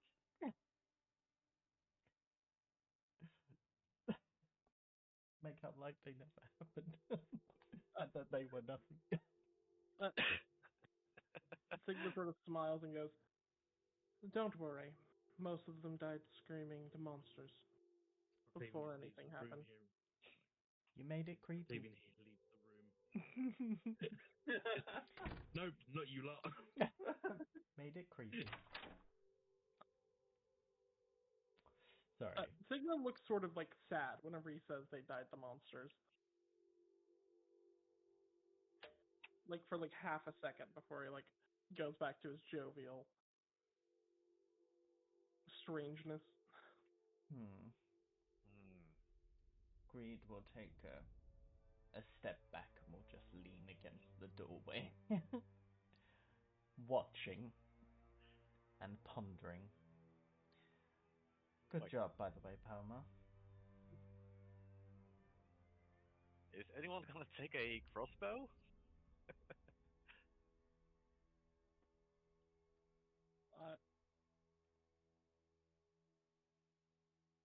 Wait, there was cheese? There's cheese. I mean, if there's cheese, Octavian's going to Kool-Aid man through the wall. There is no cheese. Anymore. The cheese was a lie. Whenever The cheese was an illusion. Whenever Misha asks about a crossbow, Sigma just pulls one out of the mouth of his tail and like shows it before putting it back. Wow, weapon storage. Look, Oh. what else is it? I'm terrified to ask, what else is it? Sigma like shrugs. Like, Okay.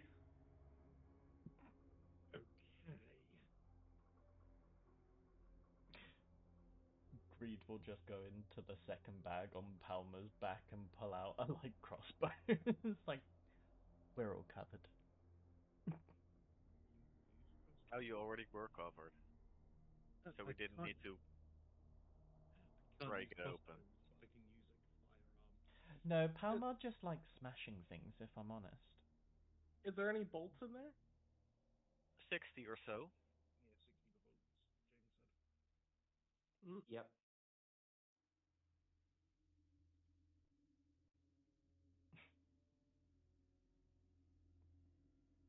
I'll take some for sure.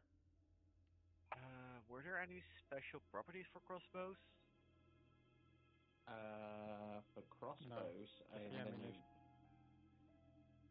Okay.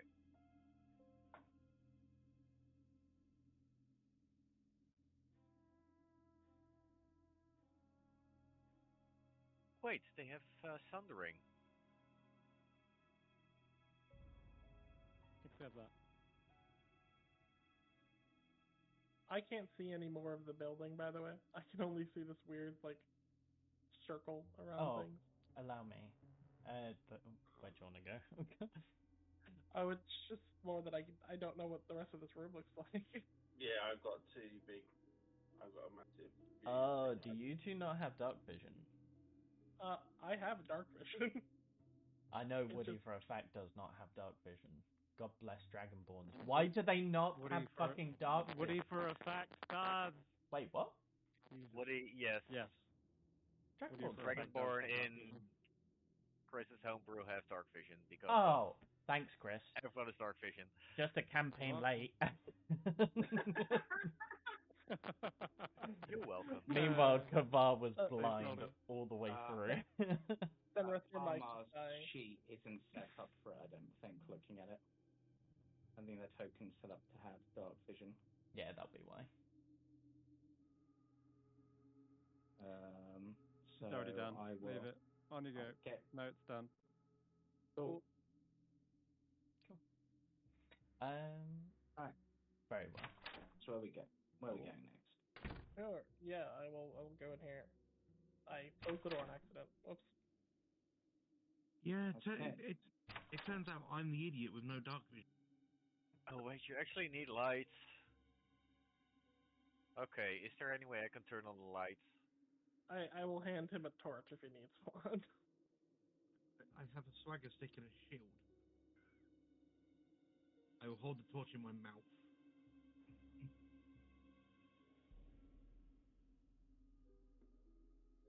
Yeah. So Oh, there we go. Thank you.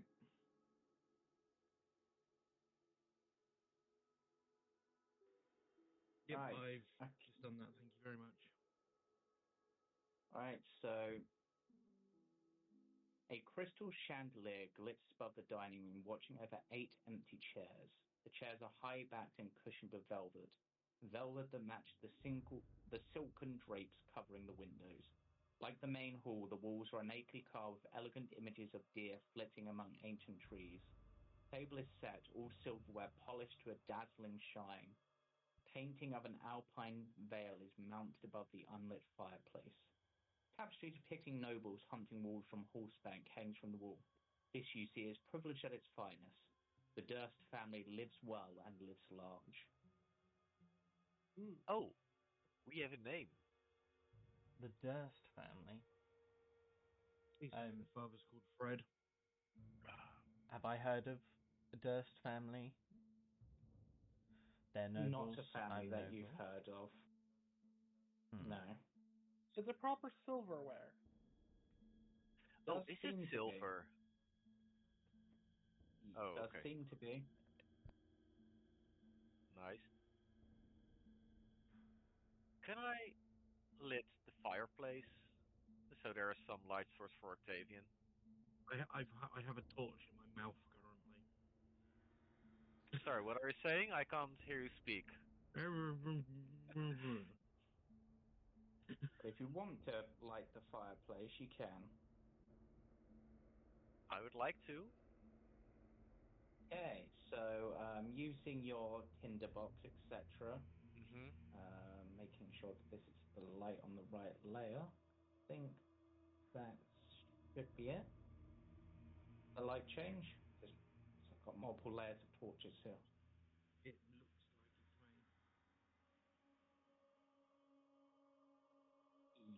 made. It is. I already. That's right. I Yep. look I'll angelic leave the and room to so find out. saturated. Can I pocket a couple of knives?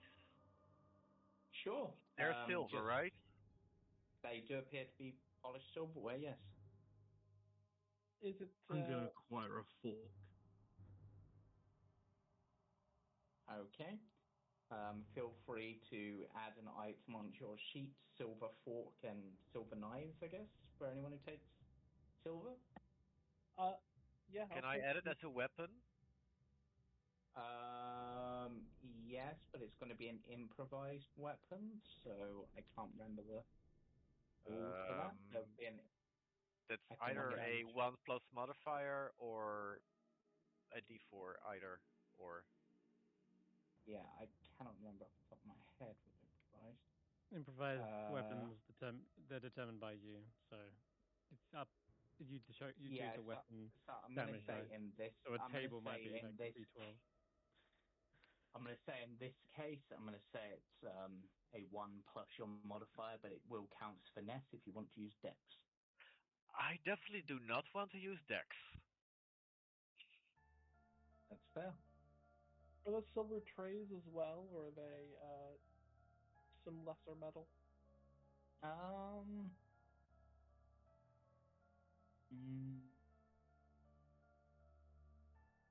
No, it's all silverware, so those are polished to a gleam as well. Sigma will grab those because he's like thinking like, this place seems more empty than it would seem.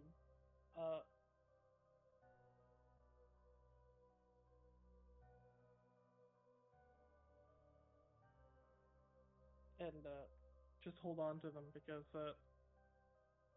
my weapons need a resilvering. That's fair.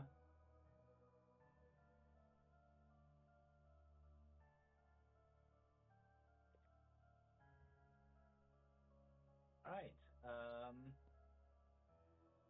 Anything else that you would like to do whilst in here? You're feel free to take any silverware you wish and add it to your sheets.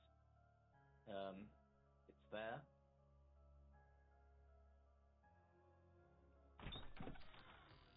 I'm happy with Ah. 4.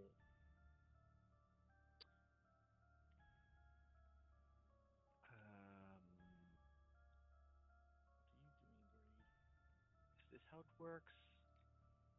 Disgusting creatures.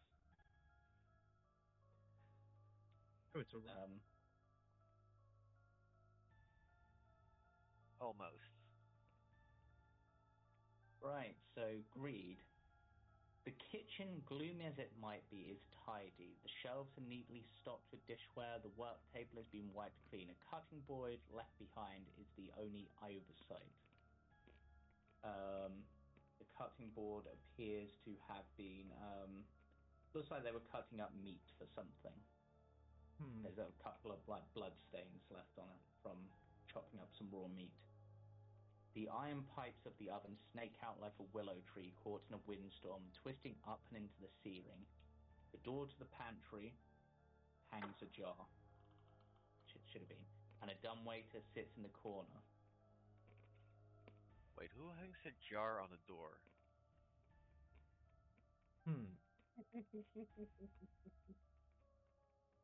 That was dreadful. You're I will welcome. move out of the way. Mm. Get into the kitchen. Sorry, you said there was black blood on the board. There is some sort of blood, yes, like a stain, as if like meat has been prepared recently and they haven't washed it off. Oh, okay, recently. I was going to say, if it was black, I would have assumed it's old. Yeah. Well, somebody's been here, so everything must have gone down quite recently.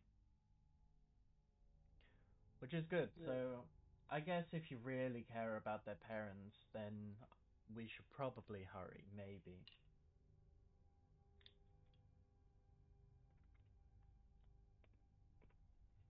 I'll have a quick peek in the pantry. Okay, so in the pantry... As I step in,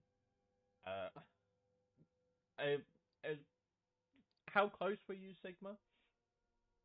I was just sort of like walking behind you. Gotcha.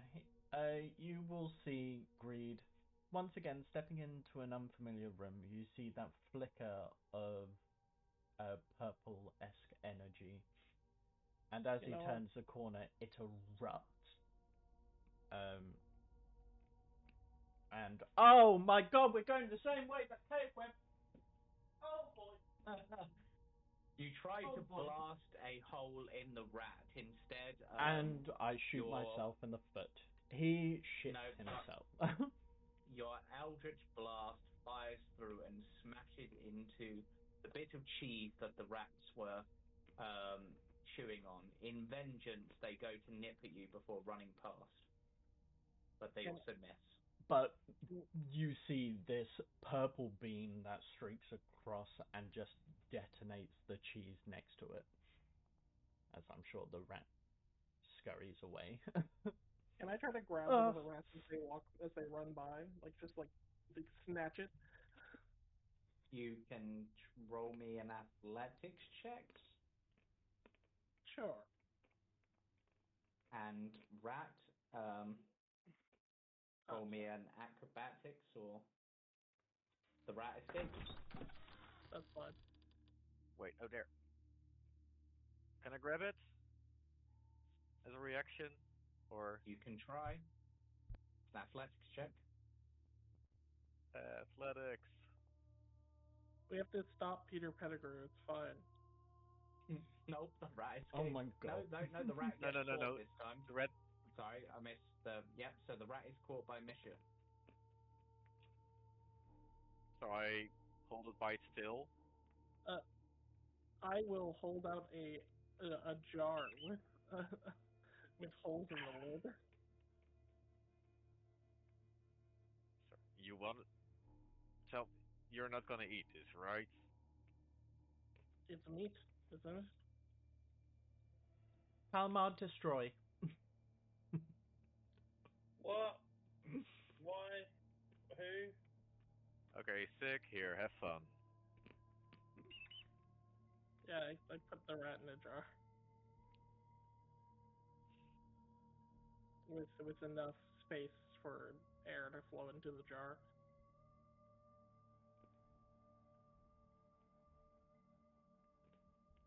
As Greed said, this is fists up ready to start a fight, but hasn't really been paying to the social cues particularly well, so has no idea who he's meant to be fighting. Huh? He'll walk back through and just kind of like pat his shoulder as like, never mind. It seems our friends here want a pet. Ugh. Just shudders and walks out. This door. So that door in the bottom of the room is a dumbwaiter. Oh, okay. Wait, does it go down? Looking at the mechanism, no, it only goes up.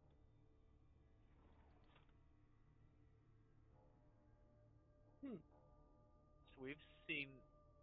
Wait, there's only this door. Yep, and that door appears to be a cloakroom, stocked with several black cloaks, and someone even left a top hat on the high shelf. Fancy. I close the door now. I can't open it. Oh, no. Really?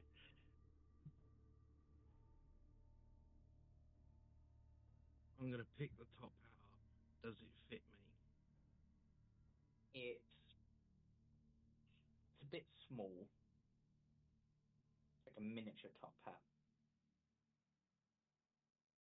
I assume it doesn't have extra holes in the felt or head. No. Clearly made for a humanoid with an average size head that didn't have horns or ears.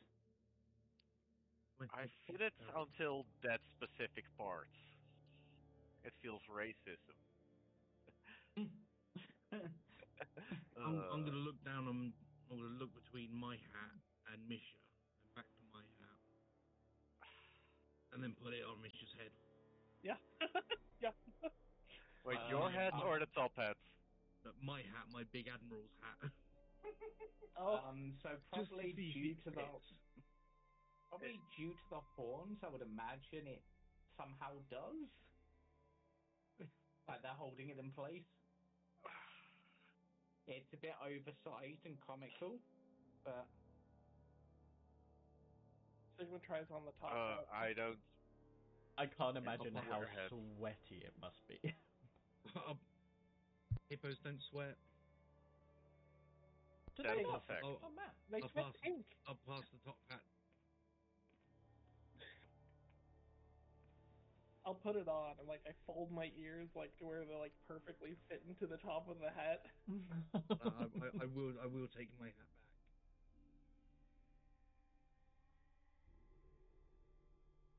The lieutenant must always wear his hat. This black fabric does not fit like the doctor's coat at all. But a white top hat.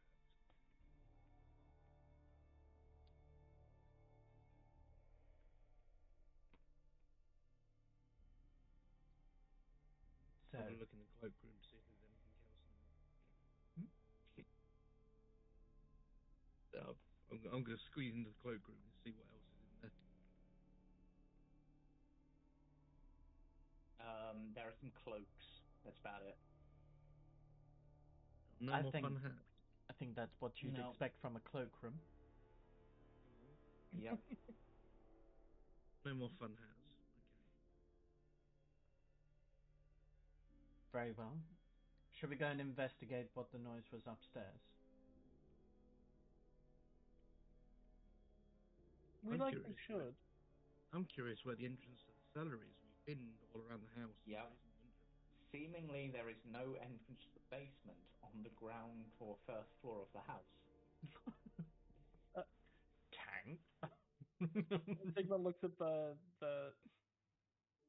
wooden floor and goes, "Unless we want to start chopping, it may be upstairs for some reason. A ladder, perhaps." I mean, I could probably jump from something up and see if I go through the floor. The floor appears rather sturdy. Cannonball. There is this weird whole room in the wall. This Dash a wall. wall is interesting. I mean, there's a wall Good point. that should be part of the dining room. I'm going to investigate the wall. Roll me an investigation check. Oh God. This is just a wall. God damn it, James. Sometimes things are Is it a solid wall, a hollow wall? It appears to be quite a solid wall. From our perspective, is Octavian just like staring at a picture like intently? I'm probably eye height with the pictures, if not slightly above. Yeah. Octavian, if you keep on staring at that wall much longer, you're going to go cross-eyed. I'm checking to see if I take the torch out of my mouth. I'm checking to see if there's a hidden passage in the wall. It doesn't make sense to be shaped. Are we any of us architects? Like Sigma will like shrug and be like, "Did we go to school to build buildings? Is that something we've done?" I mean, I've repaired ships. Fair enough. Wait, Water which building, we are you referring to? But no, it is just a wall. I'm talking about all of you guys. Like, I mean, there is the you we and there is the us we. oh, none of us are architects. We have a different skill set.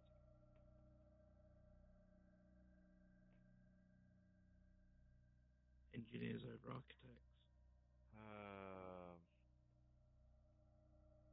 And now I feel compelled to go to the singing voices. They are no longer singing. That's good.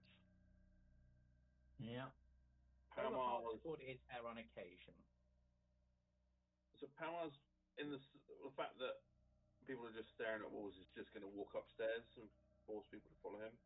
Yeah, let's go. Okay. I'll be right behind him. I'll look over the baluster.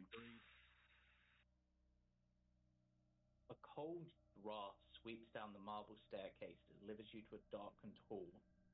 Above the mantelpiece at the end hangs another portrait of the Durst family. The two children smile down on you. Their mother, her face darkened with a hint of scorn, cradles a swaddled baby. Two mahogany doors are intricately carved with dancing ewes. Suits of armors flank these doors, clutching spears, their gazes empty beneath wolf-shaped visors. A third thin door stands to the right of the stairs, which continue to climb upwards.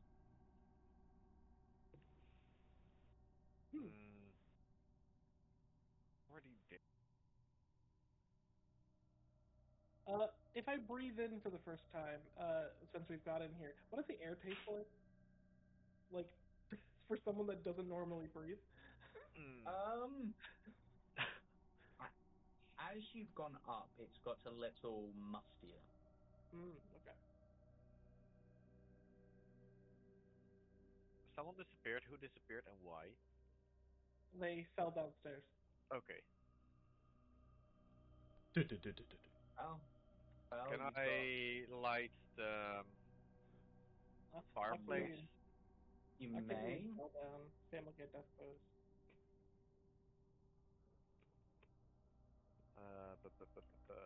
Where is my tinderbox? There you are. I like the right one.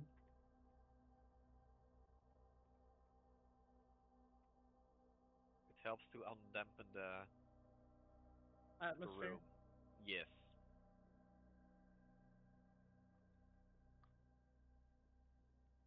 Sigma's like a head taller than these suits of armor, just looking at them. Yeah. So as I said, the armor have spears and wolf-shaped visors. Wolf-shaped visors. Yep.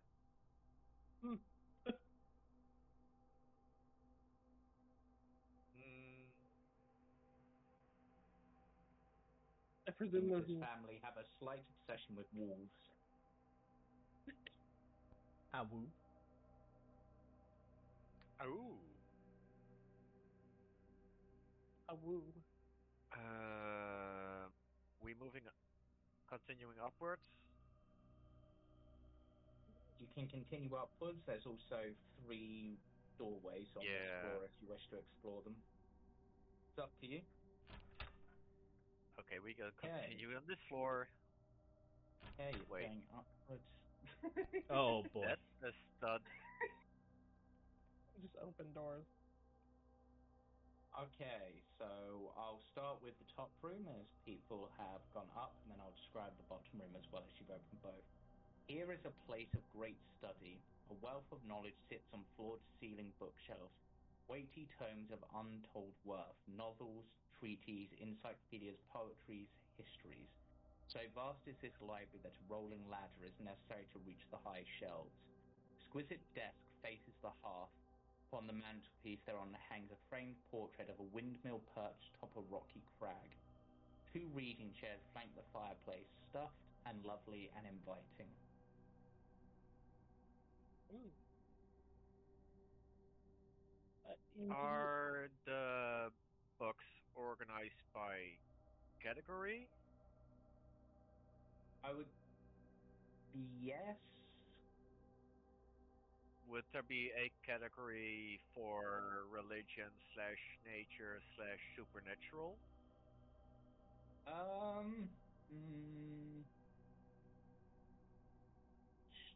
There is one religious book that you can see. That section appears oddly empty. Other than that,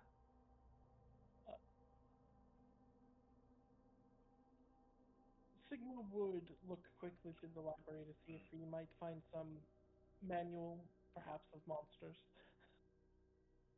okay. Yeah. So Sigma, give me, and Misha, as you're both looking around this room, give me perception checks.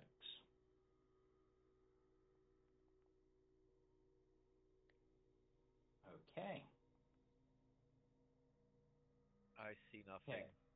So, Misha, you see some books. You see Destruction of the Dusk Elves, Alchemical Secrets Best Left Unknown, Blades of Brass, Ways of the Wild Folk, and Political Theory in Dismal Days.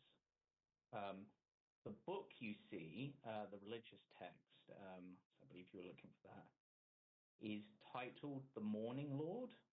But rather than being spelled morning as in like the morning, daybreak. As in with double O? Yeah, like mourning as in like mourning Death. people dying, yeah. Yeah. Oh, wait, it's OU. Yeah. Do we have the titles in chat? Yes, you can.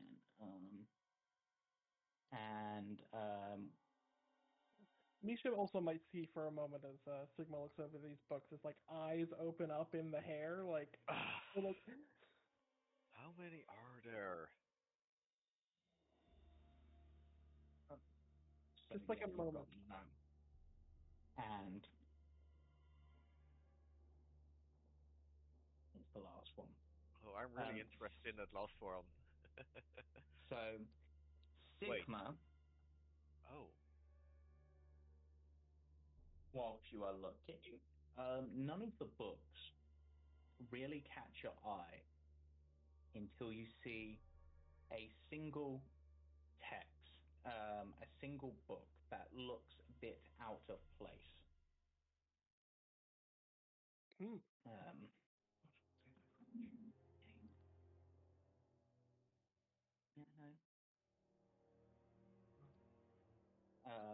So this book that stands out, it's a red-covered book with a blank spine. And looking closely, this book is not a book.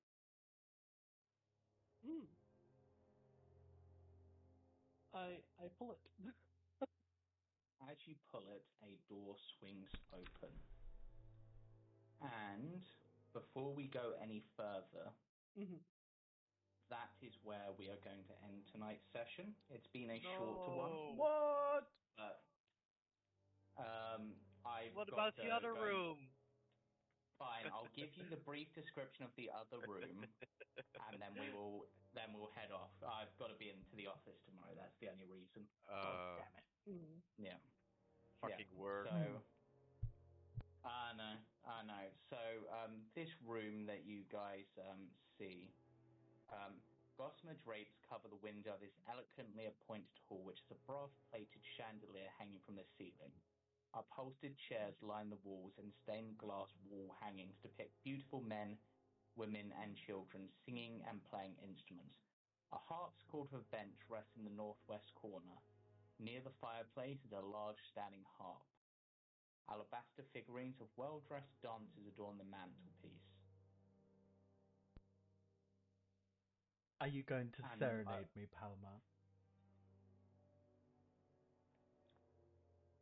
Does Palmar inspect the harpsichord, which was surely the source of the music earlier? Muted, Woody. No, I'm looking around. Yeah. Is there any? Do we see any weird shadows in this room? No, nothing. Two things I will say will stand out to you as you inspect this room. The first is that looking at the alabine figurines that adorn the mantelpiece, some of them are well-dressed skeletons.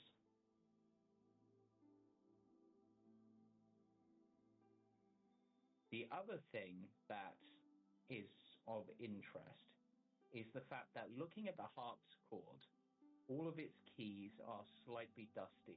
This harpsichord doesn't look like it's been played for a while. And yet you clearly heard it playing.